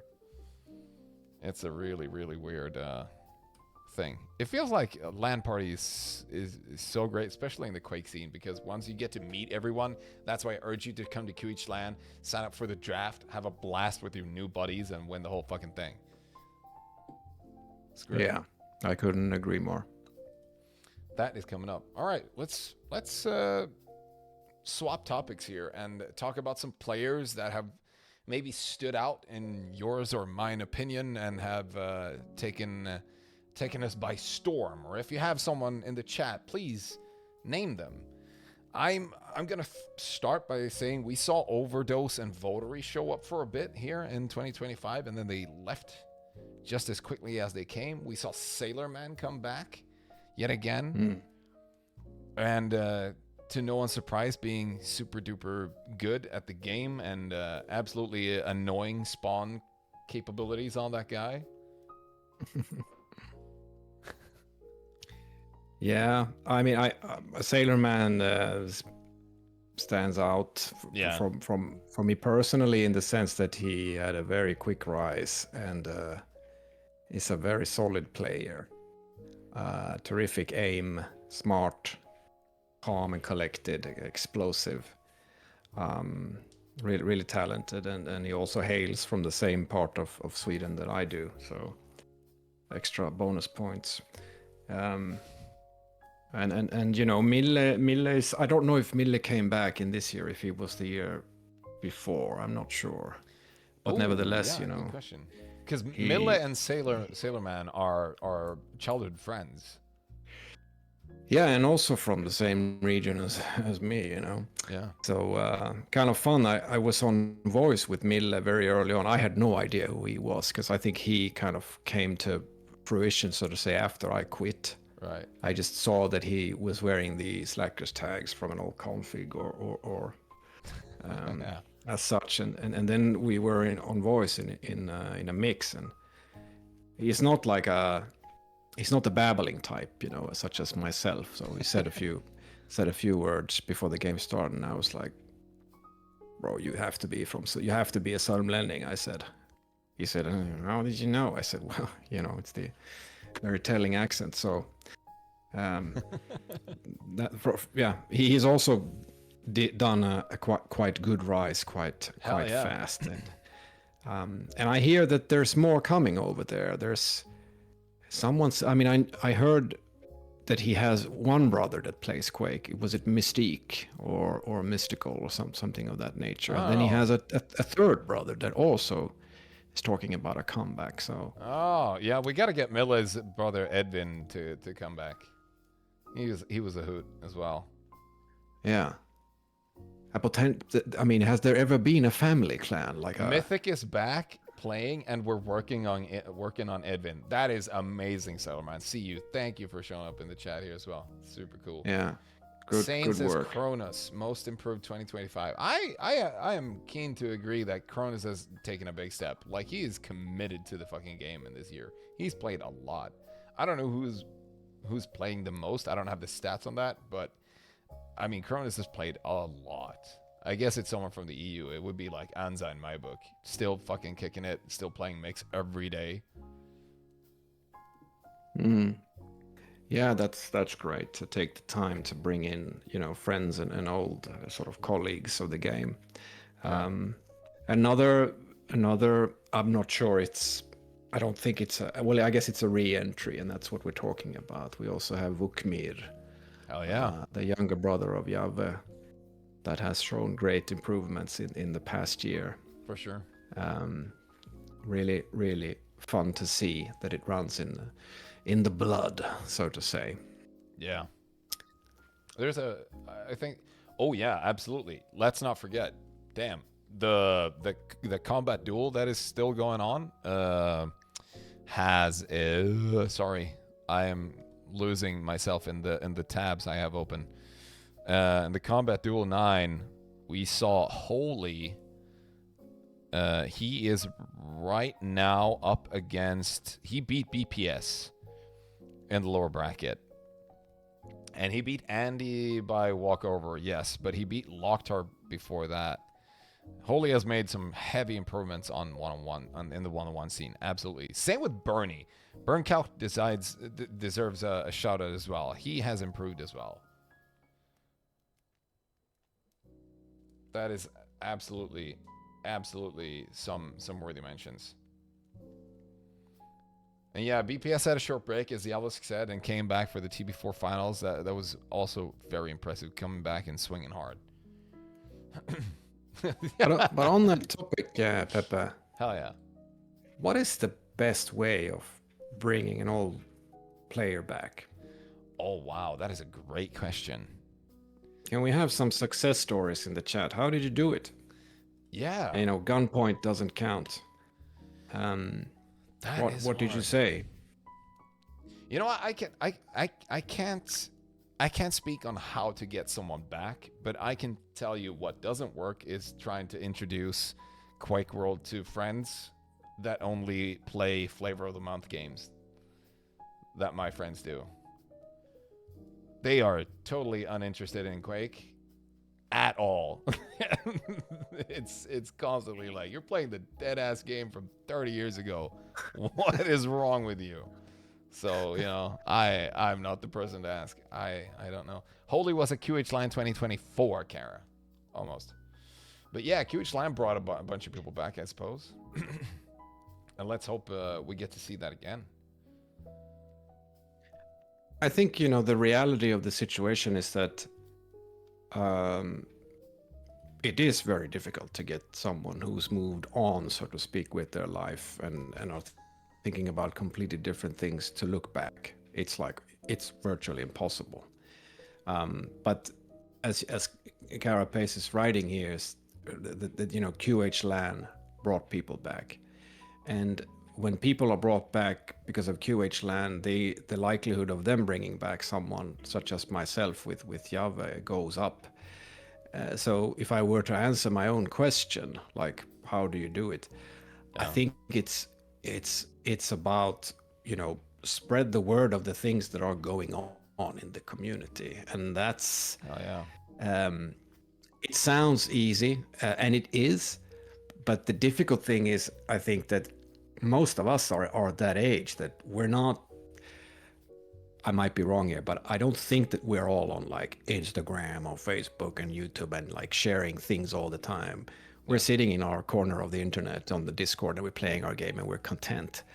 But it's so easy to share links to friends in WhatsApp groups on Facebook, for example, or whatever medium you have. And I think it takes a very small effort from all of us to try. And we shouldn't look at it like shooting a sniper rifle and expecting headshots. Think of it like, putting in the net in the ocean and then hoping that you might get one fish or something like that. Yeah. Hell yeah. It's the way we do it. So please do your part. I read some interesting thoughts here in the Twitch chat. That Link says most tours, leagues, lands brings back players. There's an argument for that, absolutely. And Xantum saying we send them a beautiful Christmas card with a scoreboard of a game they played and a QR code that is a link to view that game on the hub. That is fucking amazing. Oh my God. That's great. That is so cool. That would be an insane thing to do, but also very, very cool. But yeah, there's a bunch of cool ideas I think in the community, and if you feel like you have a good idea, throw it out and like see who catches on to your idea and make it happen. You might as well, right? It doesn't hurt in trying. Yeah, very, very good idea. Yeah. I was gonna mention briefly that we've had some maps released in this year as well, but I couldn't really find all the relevant information. I know that Thor was in this year, and I know that Pocket was it was introduced last year, I think, but it was also updated this year. Shout out to Infinity and also Fourier for making that happen. What maps have I missed? I'm blanking right now which maps were released this year because there's been a few. Tell me. Did you talk about Defer yet? Oh, of course. No, we talked about Cube, but we missed out on Defer. Absolute fucking shout out to Bjarkestar. He was supposed to send me a Christmas greeting video, but he didn't. He chickened out, so everybody harass him for a bit on Discord, or be nice to him. He's been good. He made Defer, which to me feels like it's an easy map to learn and a hard map to master. One of those you can sort of feel the map from looking at it, like this will happen there, this will happen there. We'll see what in tournament games, if they ever come. That Defer has potential to be a solid map in a wider map pool. Race 20, hell yeah! Thank you, Annie. Race 20 came out this year. It's a great race map. It is super hard. I don't think I've finished it once in like 10 minutes. That is a great addition as well. Have you tried Defer yet, Xerial? No, I haven't actually. It's part of the QH-LAN map pool, or is it? It's not. Not. Or no? No, it's not. Right. It's not. Okay. Yeah. I mean, I've only heard positive things said about it by those that actually have. I mean, by those that have played Cube and Defer. I think, at least the ones I have talked to, most of them gravitate towards Defer as being the more liked map. I'm not going to say better map, but yeah. I can't say for myself. I haven't even watched a game with being played. Yeah, right. Yeah, I think there's the best time right now for trying to introduce a new map and see if it can stick around or whatever. Map Hub V2, yeah, that was released this year. Holy shit, that was an insane feat by BPS making that happen. It is really, really a huge map. Yeah, I saw a comment from Infinity here. Steam, Thor, Cube, Defer, and Sabbath. Sabbath is Sabbath released? Final release? Because I know I've played tested it as well.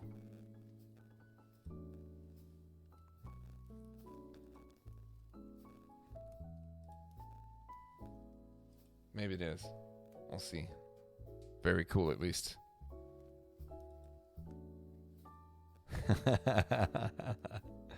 That is a great screenshot. Thank you, Zanto. All right, it is. Okay, very cool. Very, very cool. So maybe if you have a map idea and you want to try it out to make your own map, and you feel like I have some good ideas, maybe start talking in the mapping section of the Quakeworld Discord, and maybe Infinity will be kind enough to throw you a link to where you can get resources to get your own mapping project started. I know that Trench Broom is not hard to learn. It is basically just a few buttons, click here, drag there, make it happen, and see what ideas you can find. It is very fun as an experimental tool to be like, what can I make here? Because I have no 3D skills at all, and I managed to make a shell of a sort of map idea that I wanted to try out. New Zaka 4-on-4 map was supposed to come out in 2025. Oh, yeah, well, didn't happen.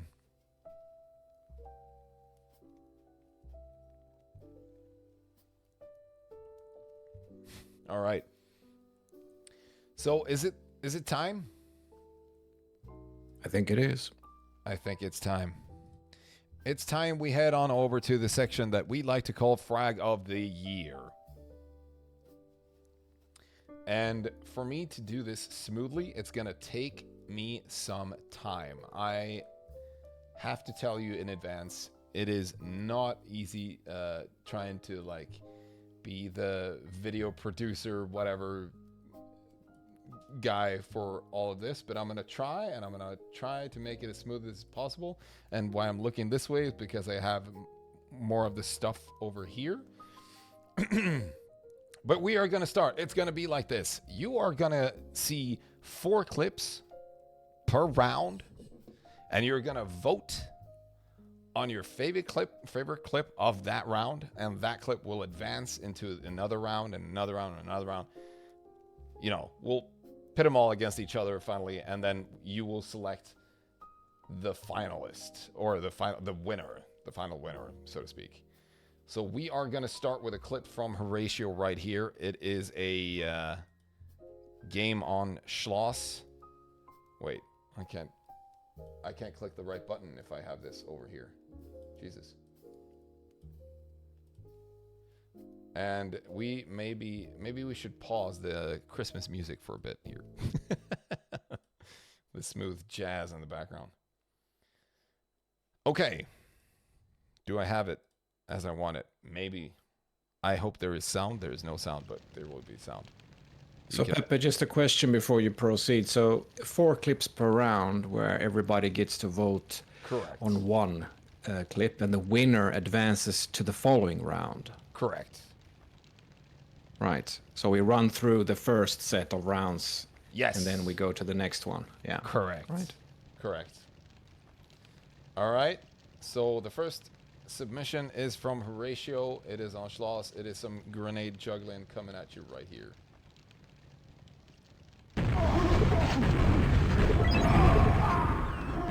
Oh, hell yeah. Oh, that is beautiful. That is absolutely gorgeous. I love that. And rather embarrassing for the receiver there. I mean, there's nothing more embarrassing than being juggled by someone with the pineapple machine. That is very true. So that is number 1, and the poll will show up later on where you will be typing 1, 2, 3, or 4 in the chat. So the next clip is from Frenic. It is a clip that I named all these clips, by the way. So this one I dubbed the what did I name it? That must just be bagpiped. The pack that never dies. Oh, sorry, no sound. That's loud.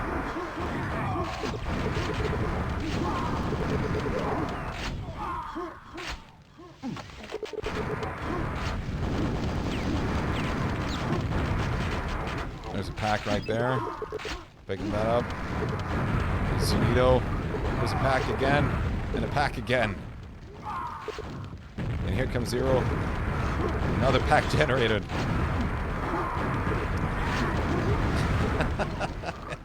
It just goes on.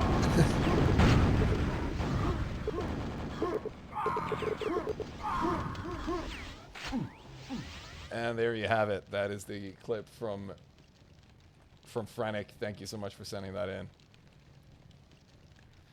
And I have a clip here from... Sorry, this was sent in by Splash. But it is from Max Power's Twitch channel. So you'll get to see the Bear Balalaika in action. It is called Backpack in Back Room. Забрал.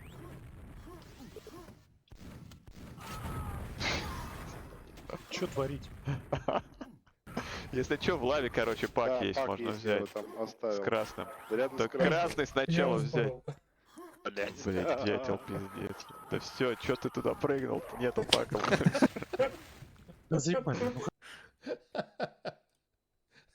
So that is trying to get a pack out of the backroom lava and not really working out to their favor. I don't know if everyone can understand the Russian being spoken there, but at least we all get what they're trying to say. And speaking of Say, here's Say's submission, the Schloss Quad 1 rocket takeover. I believe this was from a final game. Take it away, Say.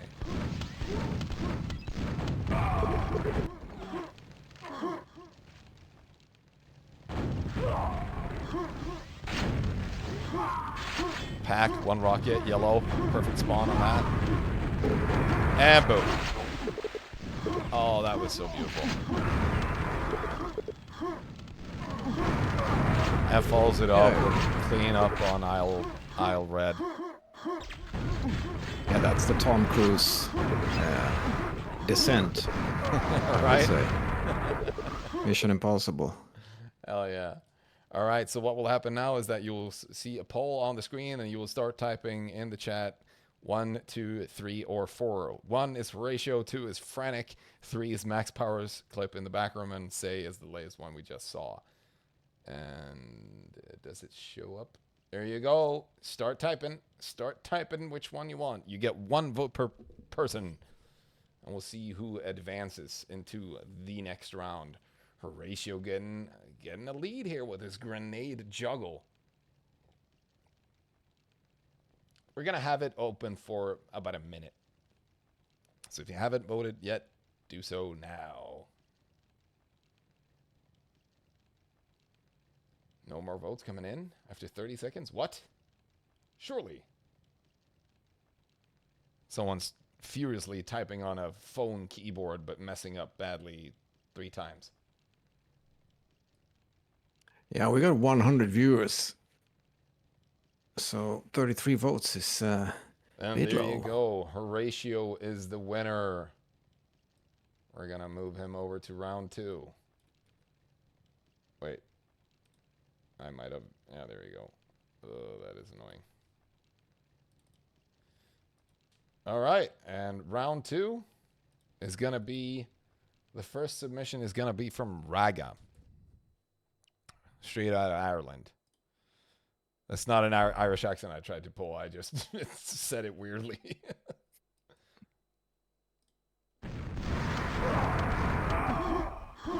Nice quad action here. On Cobble. Oh, that's a beautiful cleanup. Didn't take any damage. Oh, hell yeah.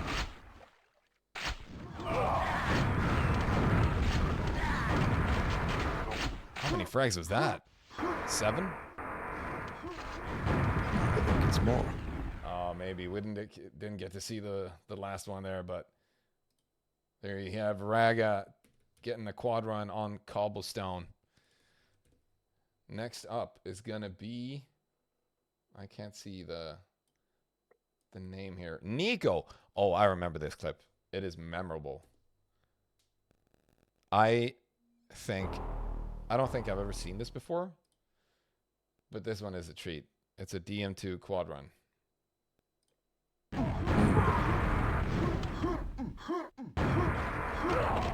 He gets the entire enemy team with one quad rocket. Look at that. That is fucking crazy. I have never seen that ever. I think I named an achievement in the EQ ladder, calling it a strike. So that is Nico's submission. This next one is from you, Xerial. It's going to be a clip that you sent in, and it's called Ring and Quad Over. Andare med quad on yellow as well. Yeah, ring with weapon at SNG. He's on pack SNG. I mean, as well. Get the pack at come on, I can't dude. hold it anymore. That is beautiful, beautiful work. I don't know if you noted, but Ansa just stopped. He was the guy with quad, and he was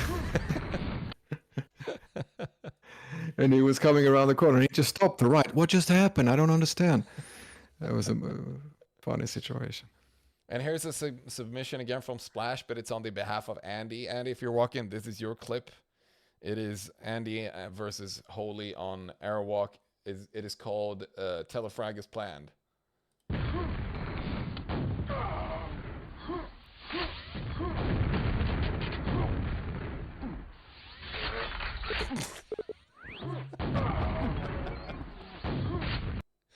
That is hella frustrating. That is so annoying. Oh shit, the poll's still up. Never mind. All right, there you go. There you have it. So first one is Raga with his quad run on Cobblestone. Second one is Nico with his quad rocket taking out all enemies on DM2. Third is Xerial dominating SNG on DM3. And fourth one is Andy that we just saw on Airwalk. There you go. Poll is now open. Type 1, 2, or 3, or 4 for your vote.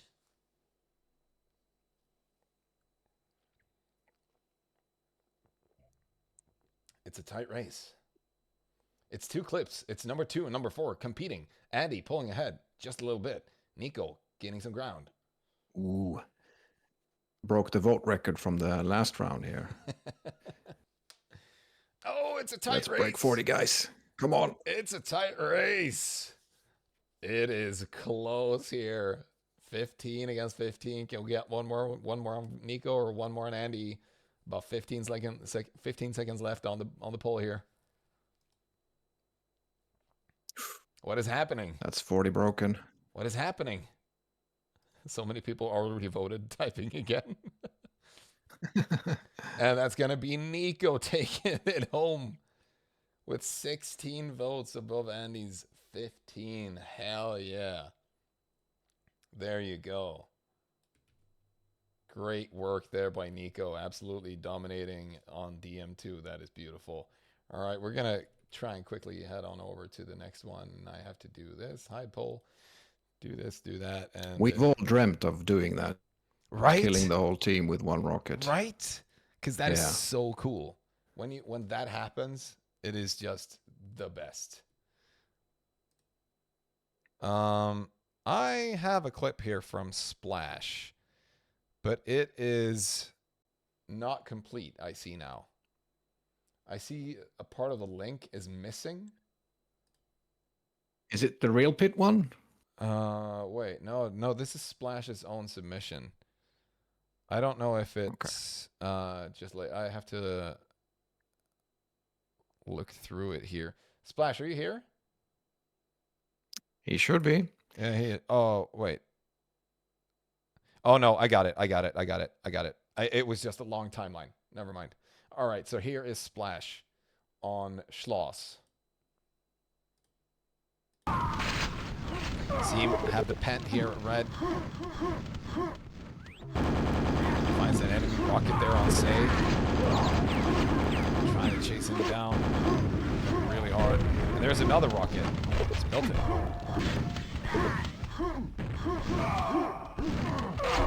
And he stomps the enemy rocket to death. That is great. I love seeing that. Stomps, great. Just love them. When was the stomp introduced? It wasn't around. I can't remember it from when I played in the early 2000s. I have no idea. Everyone tell us in the chat. I'll move on to the next clip. The next clip is from Kip. It's a DM2 juggle versus Holy. Shit, sound.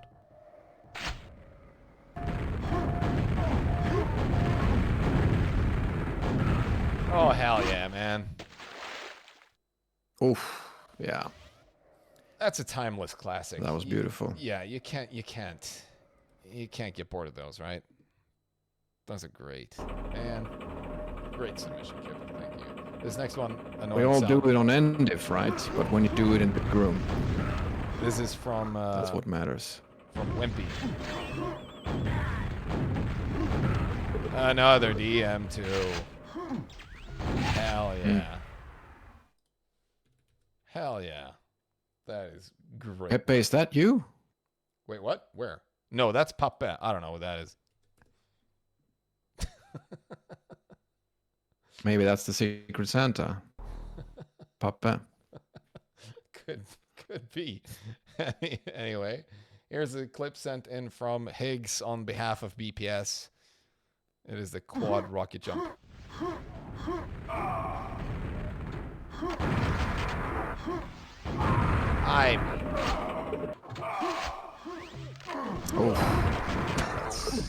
And finish it off with a quad. All right, time to move it over. We're going to start the poll again. We have Splash with the stomp, Kip with the juggle, Wimpy with the DM2 juggle as well, or BPS with the quad rocket jump up to kill Exterm on top of DM2 high. Let's cast your votes.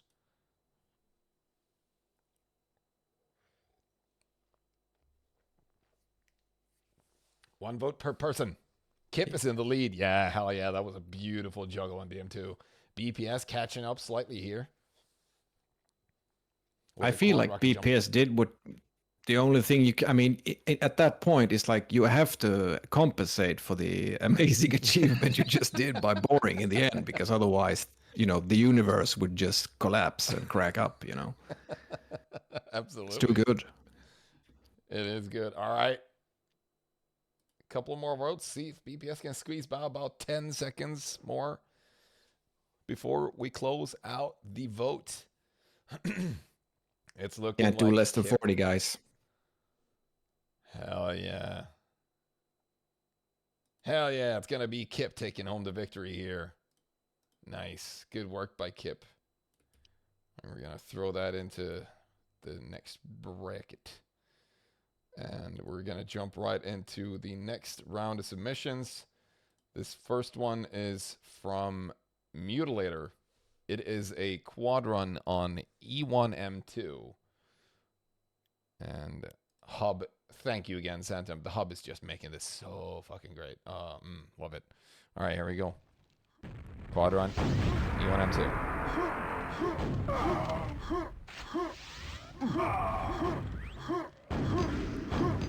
Look at the mute movement.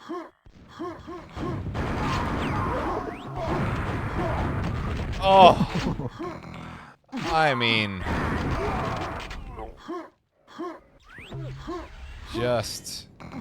just perfect, man. This is great. I love this. I mean, the gentleman's move to hold the door open for him also was right. This next one is from Quan. It is a Schloss frag streak from the Quakeworld Mixed League. Take it away, Quan. Oh, shit. Full screen. Got the ring.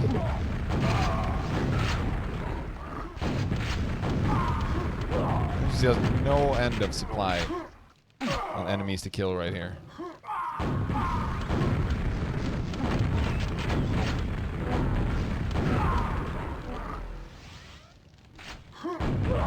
just keep coming.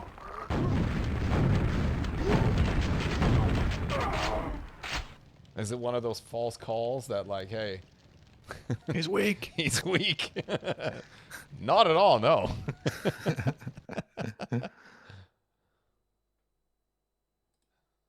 I see some DMs right now. No. You don't get to send me clips right now, people. Absolutely fucking not. This next one is from Rocky. I named it Denied.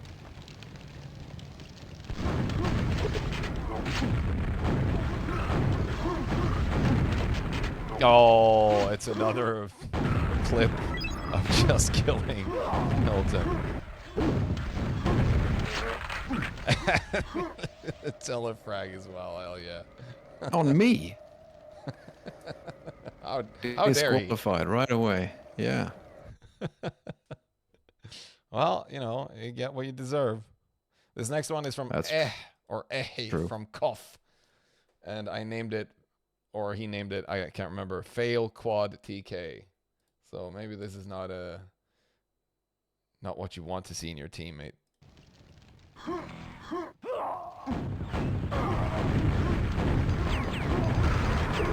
Oh yeah, he kills 3 teammates with 1 quad rocket. Sorry. I mean, if he hadn't, they might have gotten the quad, right? So yeah. I see no flaw at all in the logic. All right, the poll is now open. Vote 1 for Mutilator, 2 for Quan, 3 for Rocky, and 4 for Ehi. And we see Rocky taking a quick lead, but Mutilator is pretty close.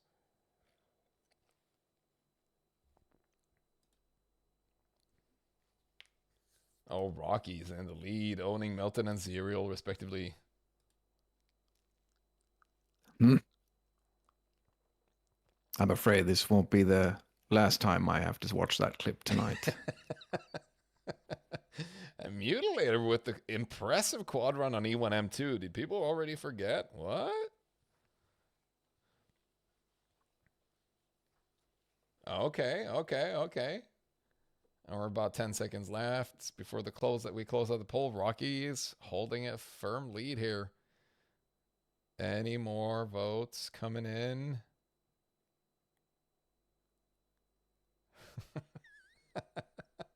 Carapace with the comment. All right. Yeah. It's gonna be Rocky taking the win here. Hell yeah, man. There you go. Nice. I love this. It's so fun. This next submission. Air Gibbs are gonna be Air Gibbs. Yeah. Next clip is from Cronus, all the way from the States. Sending a clip of him versus Sane on Skull. Take it away, Cronus. Oh, easy. Easy work right there. And another phrase to follow it up with. Yeah, there you go. Well played, Cronus.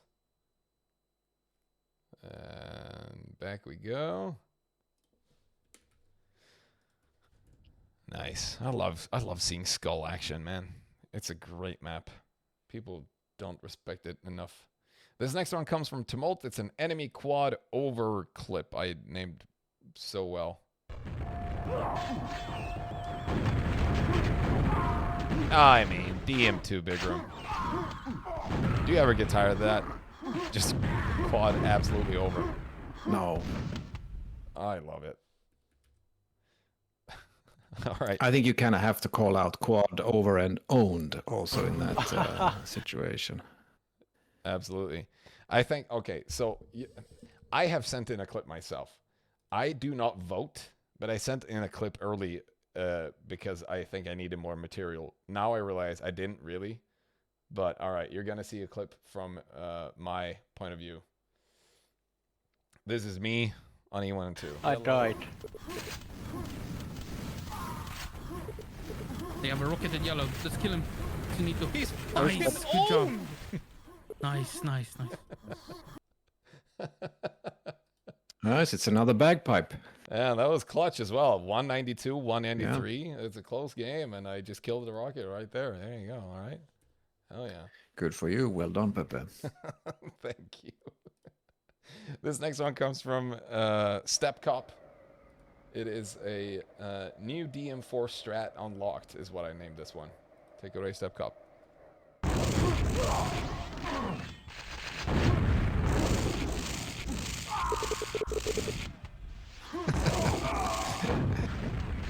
That is unexpected, to say the least.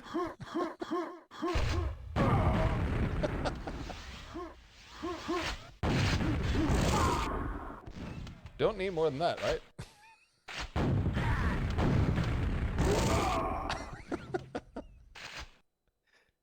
Just keeps going. And there you go. There you have it. I love that clip so much. It's so good. All right, this next one. Cronus on Skull, Tumult on DM2, Pepe on E1M2, or Steph Cop on DM4. Cast your votes.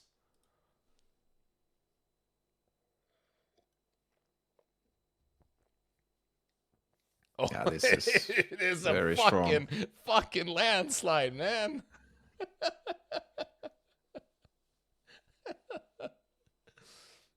Holy shit.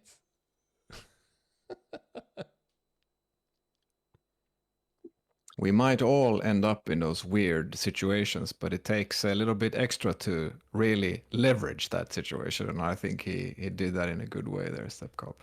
Absolutely. Beast of a player, too.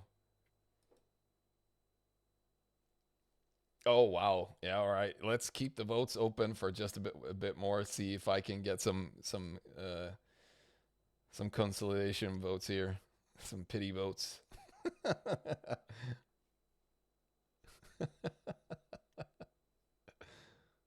All right. Yeah, we're going to call it. It's over.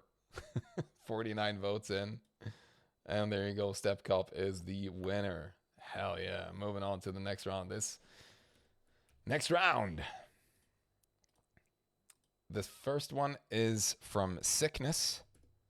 And I named it as so good. It is called Great Spawn Luck Slow Motion. So we're going to watch this in slow motion, I think. And we're going to put on maybe some sound. And there you go. Oh, wait, not yet.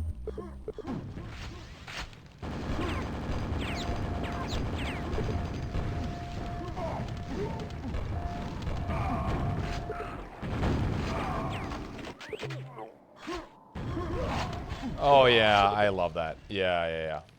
Spawns and gets the frag on the guy trying to get the red. That is annoying. Annoying as hell. Here we go. The next clip is from Carapace. It is... Oh, yeah. I remember this. This is from Carapace on Schloss versus Black Book.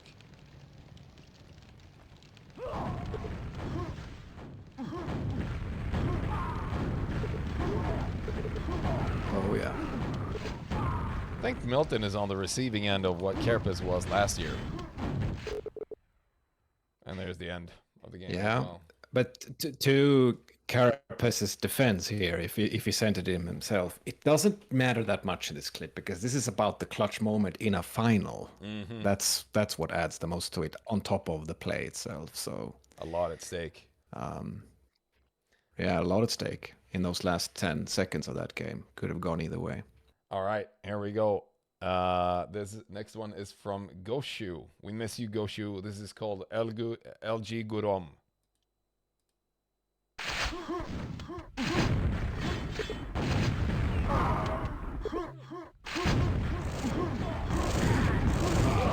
Oh, yeah.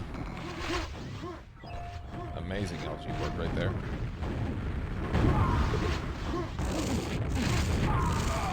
Oh, that is...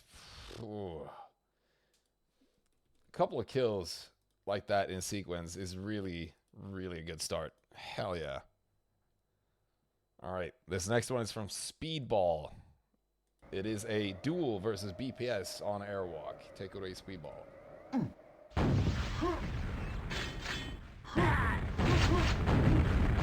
Oh, that is dirty. Oh, come on.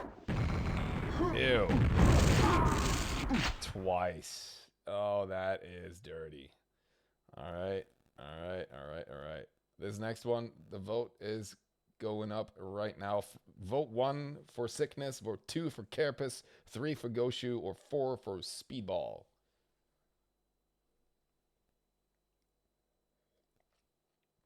I should have this elevator music going like doom, doom, doom, doom, doom for this segment, right?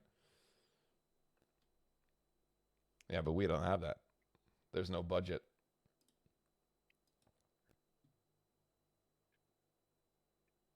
All right, it's close between Goshu and Speedball right now. And Carapace is climbing up there as well, but Speedball is just a couple votes ahead. Just a bit, or just one more vote. Just the one vote. Am I allowed to vote? I haven't voted yet, but I feel like I think have you're- to vote I on think you're allowed- Carapace here. I think you're allowed to vote. I'm not allowed to vote. I don't think I am. Maybe. It's close. 55 votes. And it's gonna be Speedball taking it home with the kill onto BPS and Airwalk. Oh yeah, man. Good stuff. All right. Next round. What round was that? I don't even know. It's not that one. Not that one. All right. All right. All right. We're here. Sorry. Excuse me. This one comes from Biggs. Next round. It is a Pent Steel on Cube. We'll do this. There you go.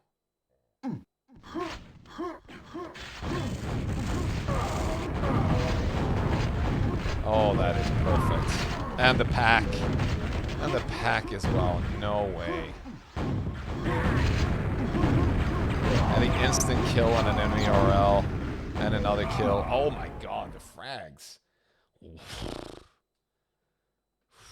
That was a nice sequence. Yeah, that was just amazing.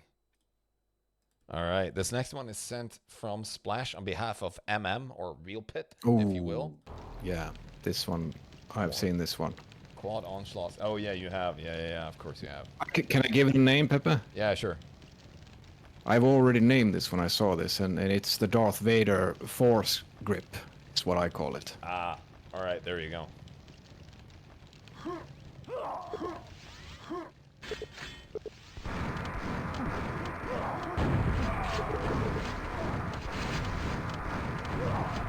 Oh, that is dirty. That is so insane. I love that. Yeah, we made when we were looking at this after the stream or the game, when I watched the clip, I made the reference that was the first time in Reppi's life he unwillingly had to play the part of Karlsson på taket for the Swedish people. Just glued to the ceiling. Oh my god. All right, this next one comes from Jisse. I named it Nails Be Powerful. I don't know why I named it that, but we'll see. Take a look at this clip from Jisse. Duel versus Speedball on CTN.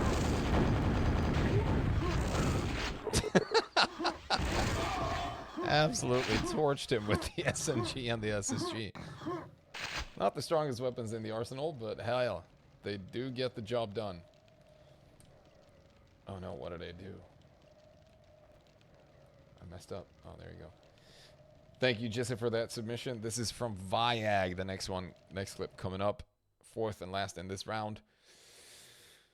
Viag has a clip from DM3. It's called Trick Jump. I think this is also related to like Step Cup's clip. It's a new trick. New strat unlocked.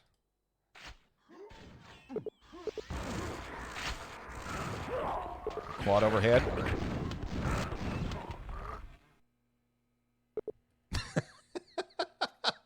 And the okay in chat. That just makes it fucking amazing. right, let's go.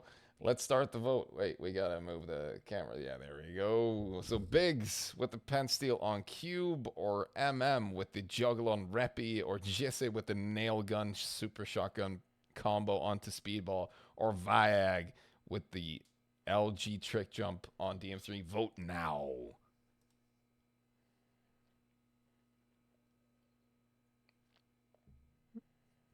Yeah, Real Pit coming out strong. Yeah, MM is pulling way ahead. Holy shit. See, a couple of votes for Viag coming up here late. There you go. 43 votes in and 30 seconds in. MM still in the lead here. That clip is beautiful. Can't fault anyone. All the other clips were great as well, but hell yeah, you can't really fault anyone for juggling a pent like that. About 10 seconds more. It's going to be hard for anyone to catch up here. I think we are ready to call it. I can't believe we haven't yet mentioned that the pent that he was keeping in the air, flying, also was the Flying Dutchman, right? Oh, that adds another layer. It was Reppy himself. Go. So. MM's clip is going to absolutely move on to the next round. Hell yeah. Nice. All right, we're going to go into, what is this, round 8. Yeah, it's going to be round 8. And we're going to start this off with a submission from Troll. And I named it properly. I named it Pine Party. Because there's a lot of pines involved here. This is on E1 M2. Axemen versus SK.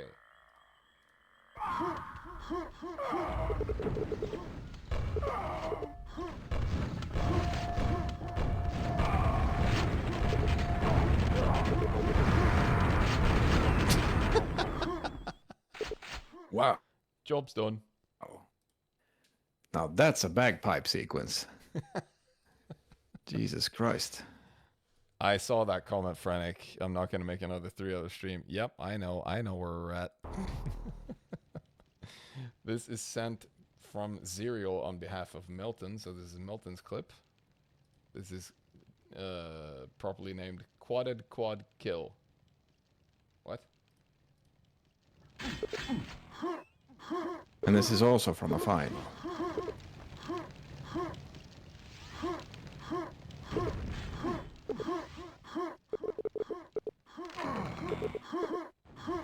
Alright.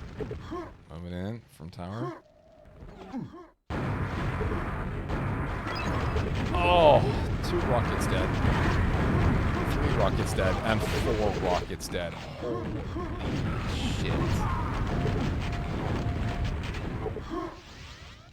Yeah, that is beautiful. God damn.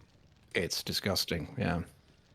This next clip is from Bernie. It's on Skull versus me. I feel betrayed. But we'll see what happens. No one's safe, Pepe.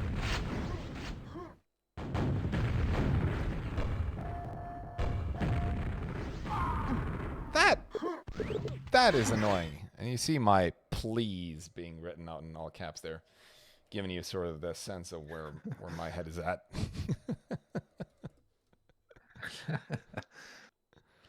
Yeah, I hate that. It's just trying. I saw I hit him, tried to make an escape, not gonna happen. All right, this next clip is from Mackler. It says GL plus SNG equals heart.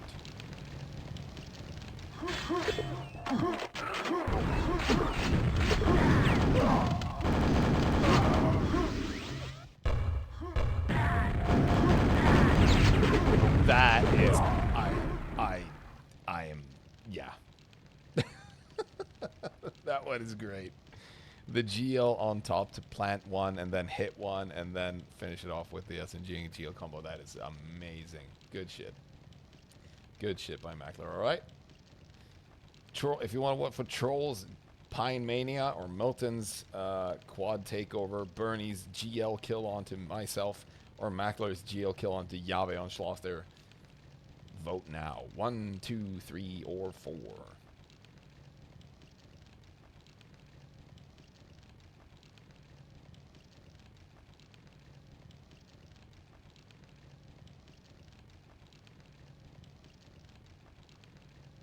All right. All right.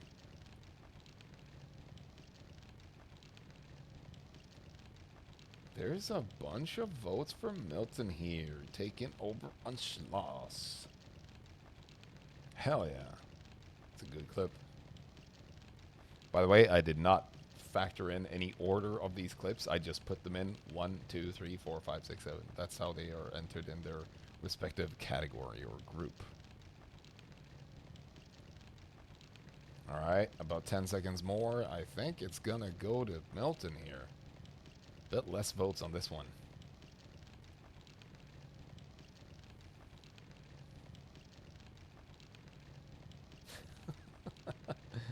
And there we have it. It's gonna be the Milton clip sent in by Xerial. Moving on to the next round. Hell yeah. There you go. Thank you so much, everyone, for participating in these fun games. So this next one is going to be a 5-man group because that's how many submissions we had. So this first clip is going to be coming from Thunder. It is 1 shot, 5 kills is what I dubbed the clip. Take it away, Thunder.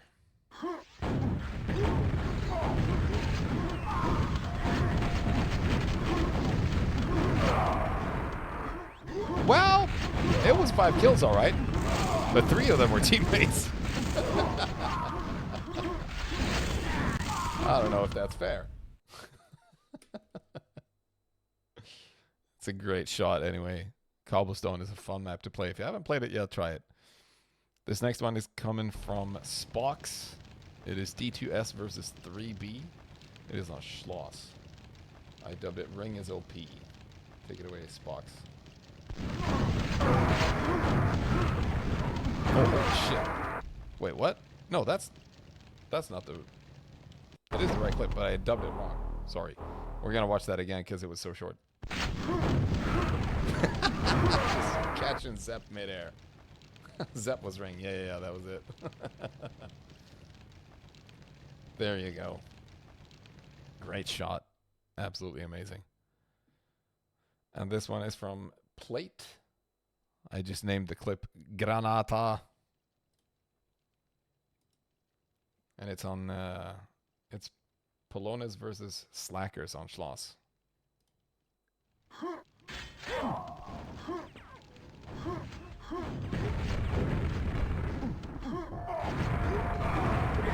Oh, hell yeah. Oh no, he died in the end.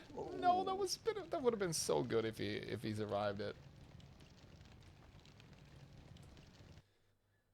This next clip is coming from it autoplayed for some fucking reason, and it's from Hammer. It is called The Perfect Pine. Take it away, Hammer.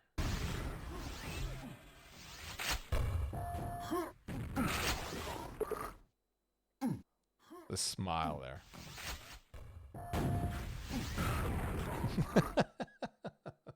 Sorry, Kelly. I love that. So great production also. Yeah, very well put together by Hammer. Thank you so much for doing that. This last one comes from Rusty. It's on Schloss as well. Plenty of clips on Schloss here. Let's go. It's called Triple Rocket. Oh.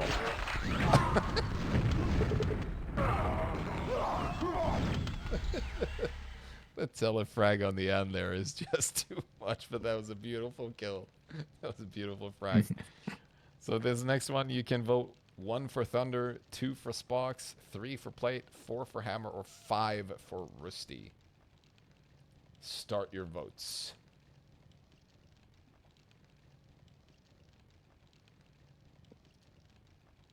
Hammer voting for himself. Not biased at all.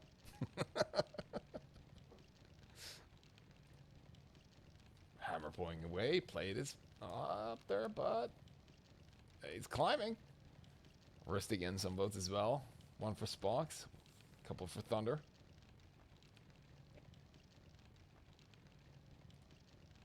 "30 seconds in. Cast those votes, people. It's looking like a hammer victory.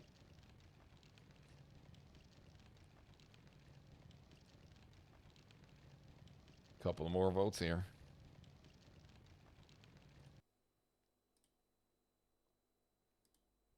"40 votes, and 16 of those are going to hammer. 5, 4, 3, 2, 1. There you go, hammer taking it home with the perfect pine clip. And there you go. All right, so what we're going to do now is we're not going to make it a plentiful of rounds because I see that we're running low on time, and I know the Xerial's a bit tired, and so am I. Let's say we cast all these clips into one pool. But I do not want to be a jerk here, but is it so that no one formally submitted the zero Slackers coordinated pen telefrag on Milton in the EQL finals on DM3? You know what? I guess not. I guess not. Oh my god. Okay. Right? Well, not gonna be that asshole. Just gonna mention it here. All right. So I'm going to throw all these clips into the same pool, and I'm going to do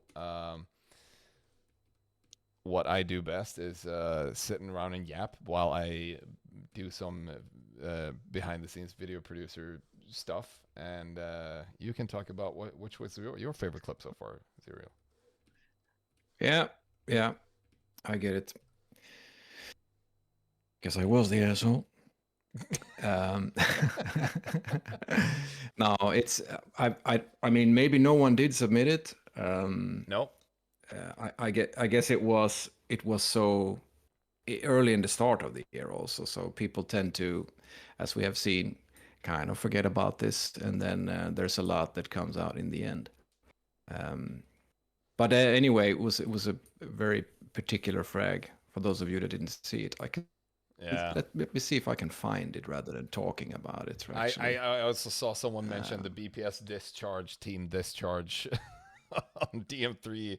That was impressive as well. I think that's worthy of a mention as well. But we're going to go ahead and move on to the last final round here. It's going to be clips from Horatio, Nico, Kip, Rocky, Stepcop, Speedball, Milton, and Hammer. So these are now the finals. I'm not going to make another round because I am too tired for that. So, here we go. First clip is from Horatio on Schloss. This is for Frag of the Year. Oh,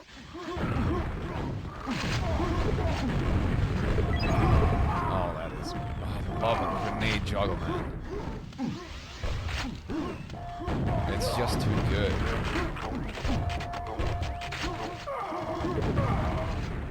Dies in the end, but that's fine. Like, that is dirty. All right. Next clip up in the finals here, we have Nico on DM2. For those of you that remember, this is a hell of a frag.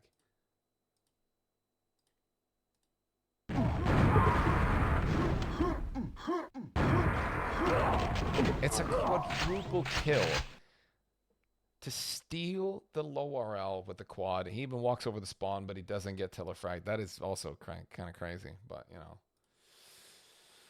That one is... That's a strike.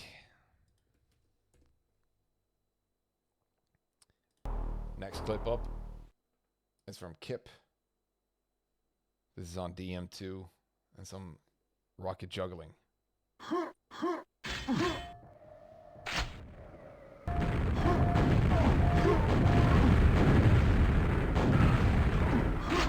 Timeless. Absolutely timeless. Absolutely. Great. I love it. Next clip is from Rocky. The one I named Denied. It's on Schloss. Take it away, Rocky. Hey, Rocky, come back to Quake.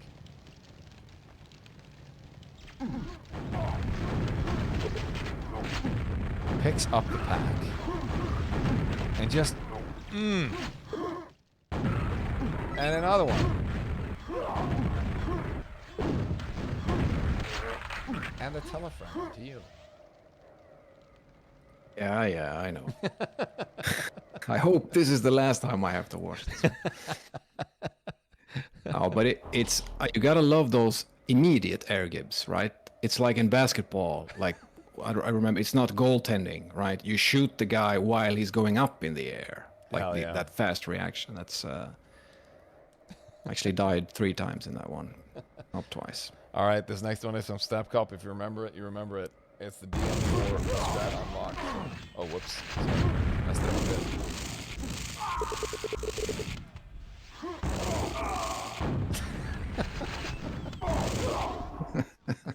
This is just so dumb. Someone said this one needs the Benny Hill theme introduction.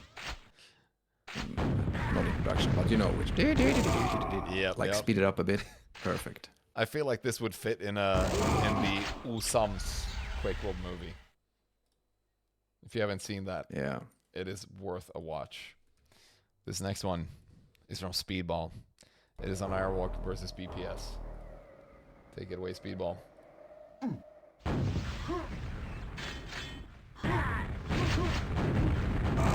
Oh. Brutal. That is brutal. The fact that he returns back and goes for the rocket jump and gives Bernie a kill again is also, it is rough. This next one is from MM. You saw it earlier. The quad versus Pent.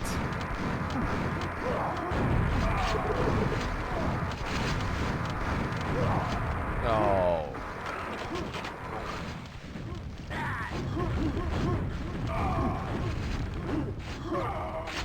That one is a treat. Quite graciously putting an end to Reppy's misery there. Next one.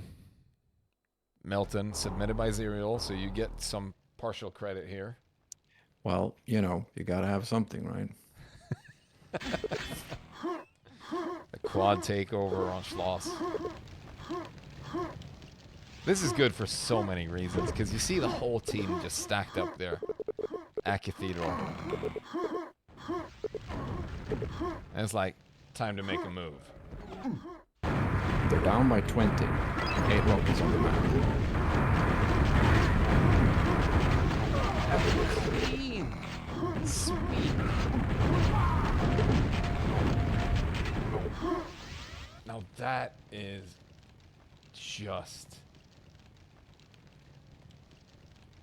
That is perfect. It's insanely well executed. And this next one is from Hammer. The last and final clip. The final clip of the series, so to speak. From Hammer, the perfect pine.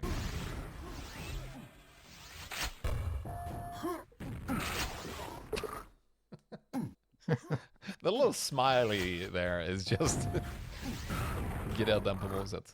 The cream on the mousse. Wait, what? That was soon. Oh yeah, it just auto-plays the next clip for some reason. There you go. All right. I hope you're all ready to vote. It is time to crown the frag of the year. Horatio, grenade juggling, what I think is ninja. Nico's quad kill with 1 rocket. Kip's juggle in DM2. Rocky's deny on Milton on Schloss. Step Cup's new DM4 strat unlocked. Speedball taking over Airwalk with a rocket from BPS's own launcher. Or MM juggling Reppy with the quad versus a Pent. Milton taking over Schloss versus Sudden Death. Or Hammer's perfect pine on ZTN. You vote with 1, 2, 3, 4, 5, 6, 7, 8, or 9. Get your keyboards ready. Let's go.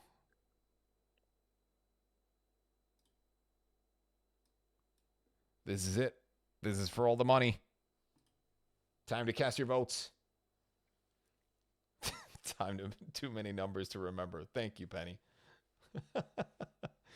The votes are coming in. We need more votes. We're up to 40. We need more than that. Well, let's get some Christmas music back on. Hell yeah.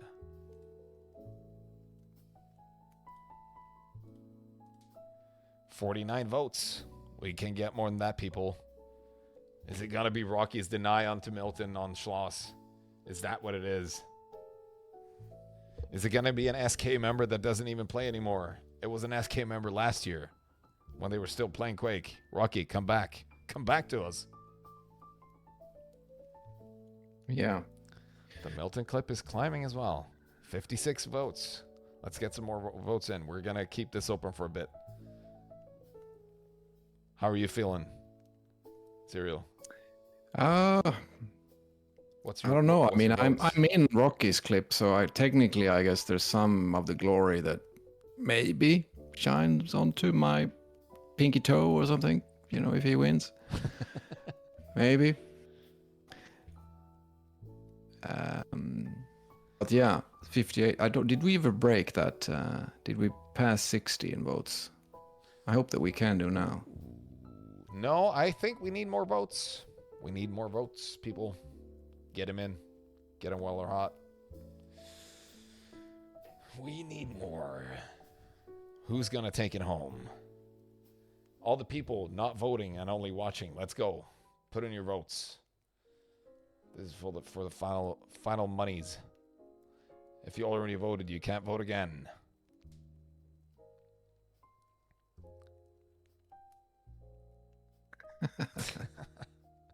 So many good comments here. Everyone's a comedian.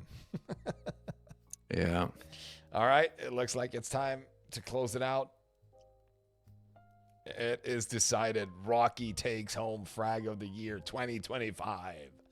And of course, we're going to watch it back. We're going to watch it back. Of course we are, Zane. Who do you think I am? I told you when it first aired, suspected it wasn't going to be the only time I'd have to watch this shit. Not the Frag, Rocky. I mean, it was a great job, but you could have left out. You could have blurred me out or something out of respect here, but... Damn it. Well, sad times for you, my friend. We are about to watch this clip again, and we're going to watch it with some slow motion. I'm going to try and get some more lights on me. Is that too bright? Is that annoying? Oh, that's fucking bright. That is rough. All right. It was Goshu's idea to keep the telefrag. Well, all right. Tell him hello from me. Give him my regards. There you have it. Rocky, congratulations on winning Frag of the Year 2025. We're going to watch it back yet again. For anyone who missed it, we're going to play it all in slow motion just because we can. Thank you, Xantum, for making the hub so fucking amazing that it is. Take it away, Rocky.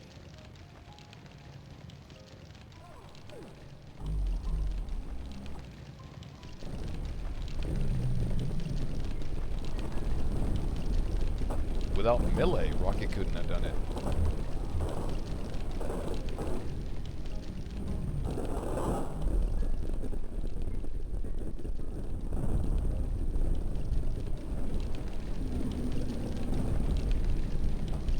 The dodge on that Rocky too. Oof.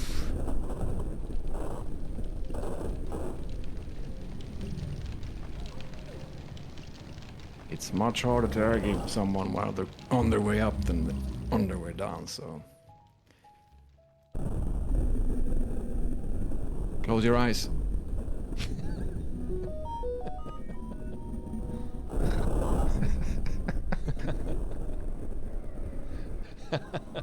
Everybody's so hyped for the fucking telefrag now. Yeah.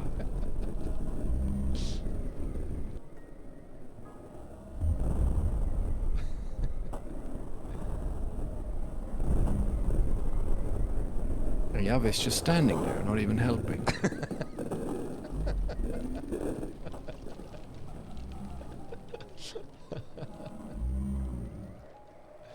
All right. There we have it. It is the... Wait. Hats off to Rocky for the win of Frag of the Year, and also for, yeah, doing it at my expense. Come back, Rocky, with the team, please. I won't put this on until you do.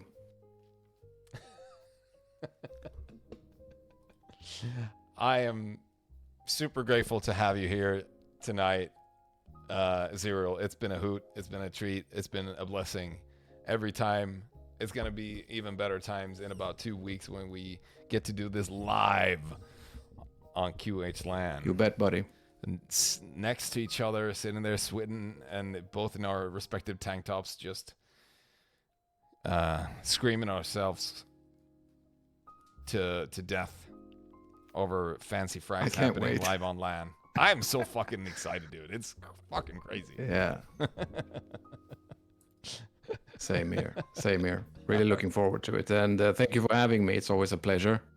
Thank you. And I look forward to doing this in the flesh. Hell yeah. All right, that's going to be it for us. I'm going to say goodbye to you, Xerial, and then close this out with some final words. Thank you for joining me. Thanks, guys. It's been so cool. I'm super happy to have it. See you soon. Here. Bye.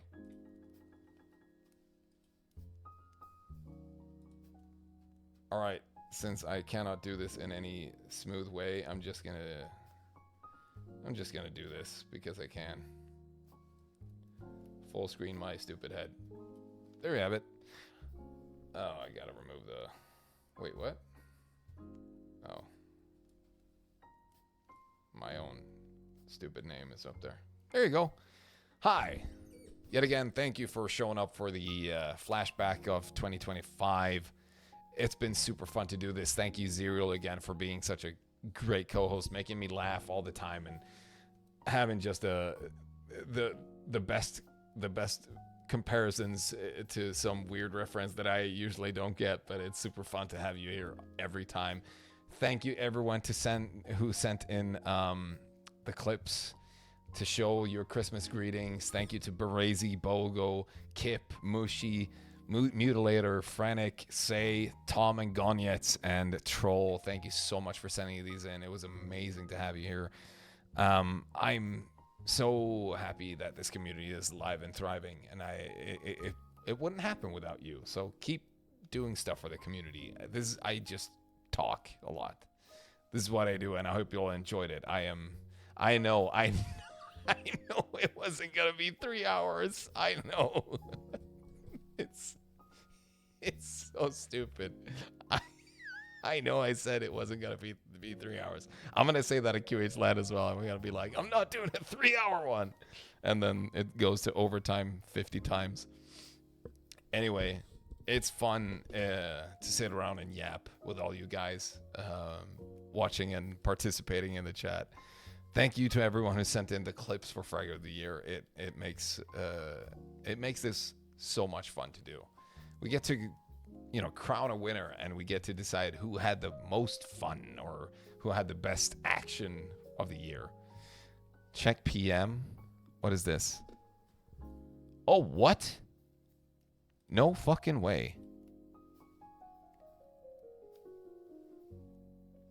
Oh. I just got an announcement. Anyone coming to QH LAN, there's now a food package. Isn't that a gift? Check the website. There's also a menu currently. And I can share the link for the menu. Hell yeah. That is great news. Thank you. Thank you, Graycon from BME.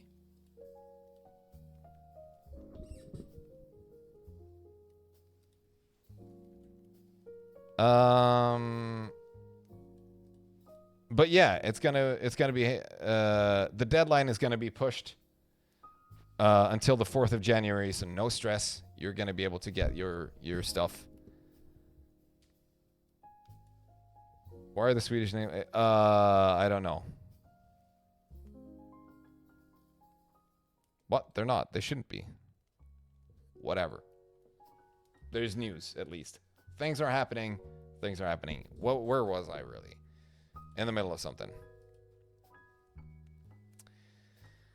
I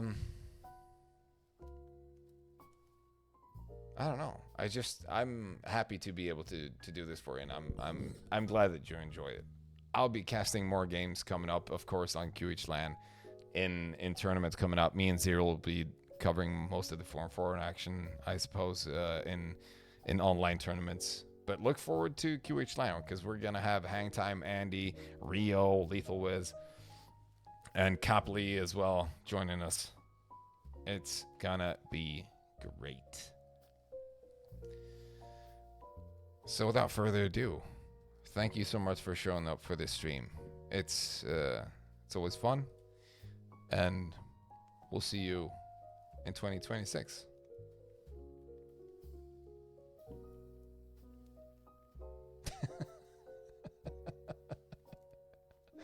BPS with the random emojis every time. That gets me. Hell yeah. All right, take care. Good night. Bye.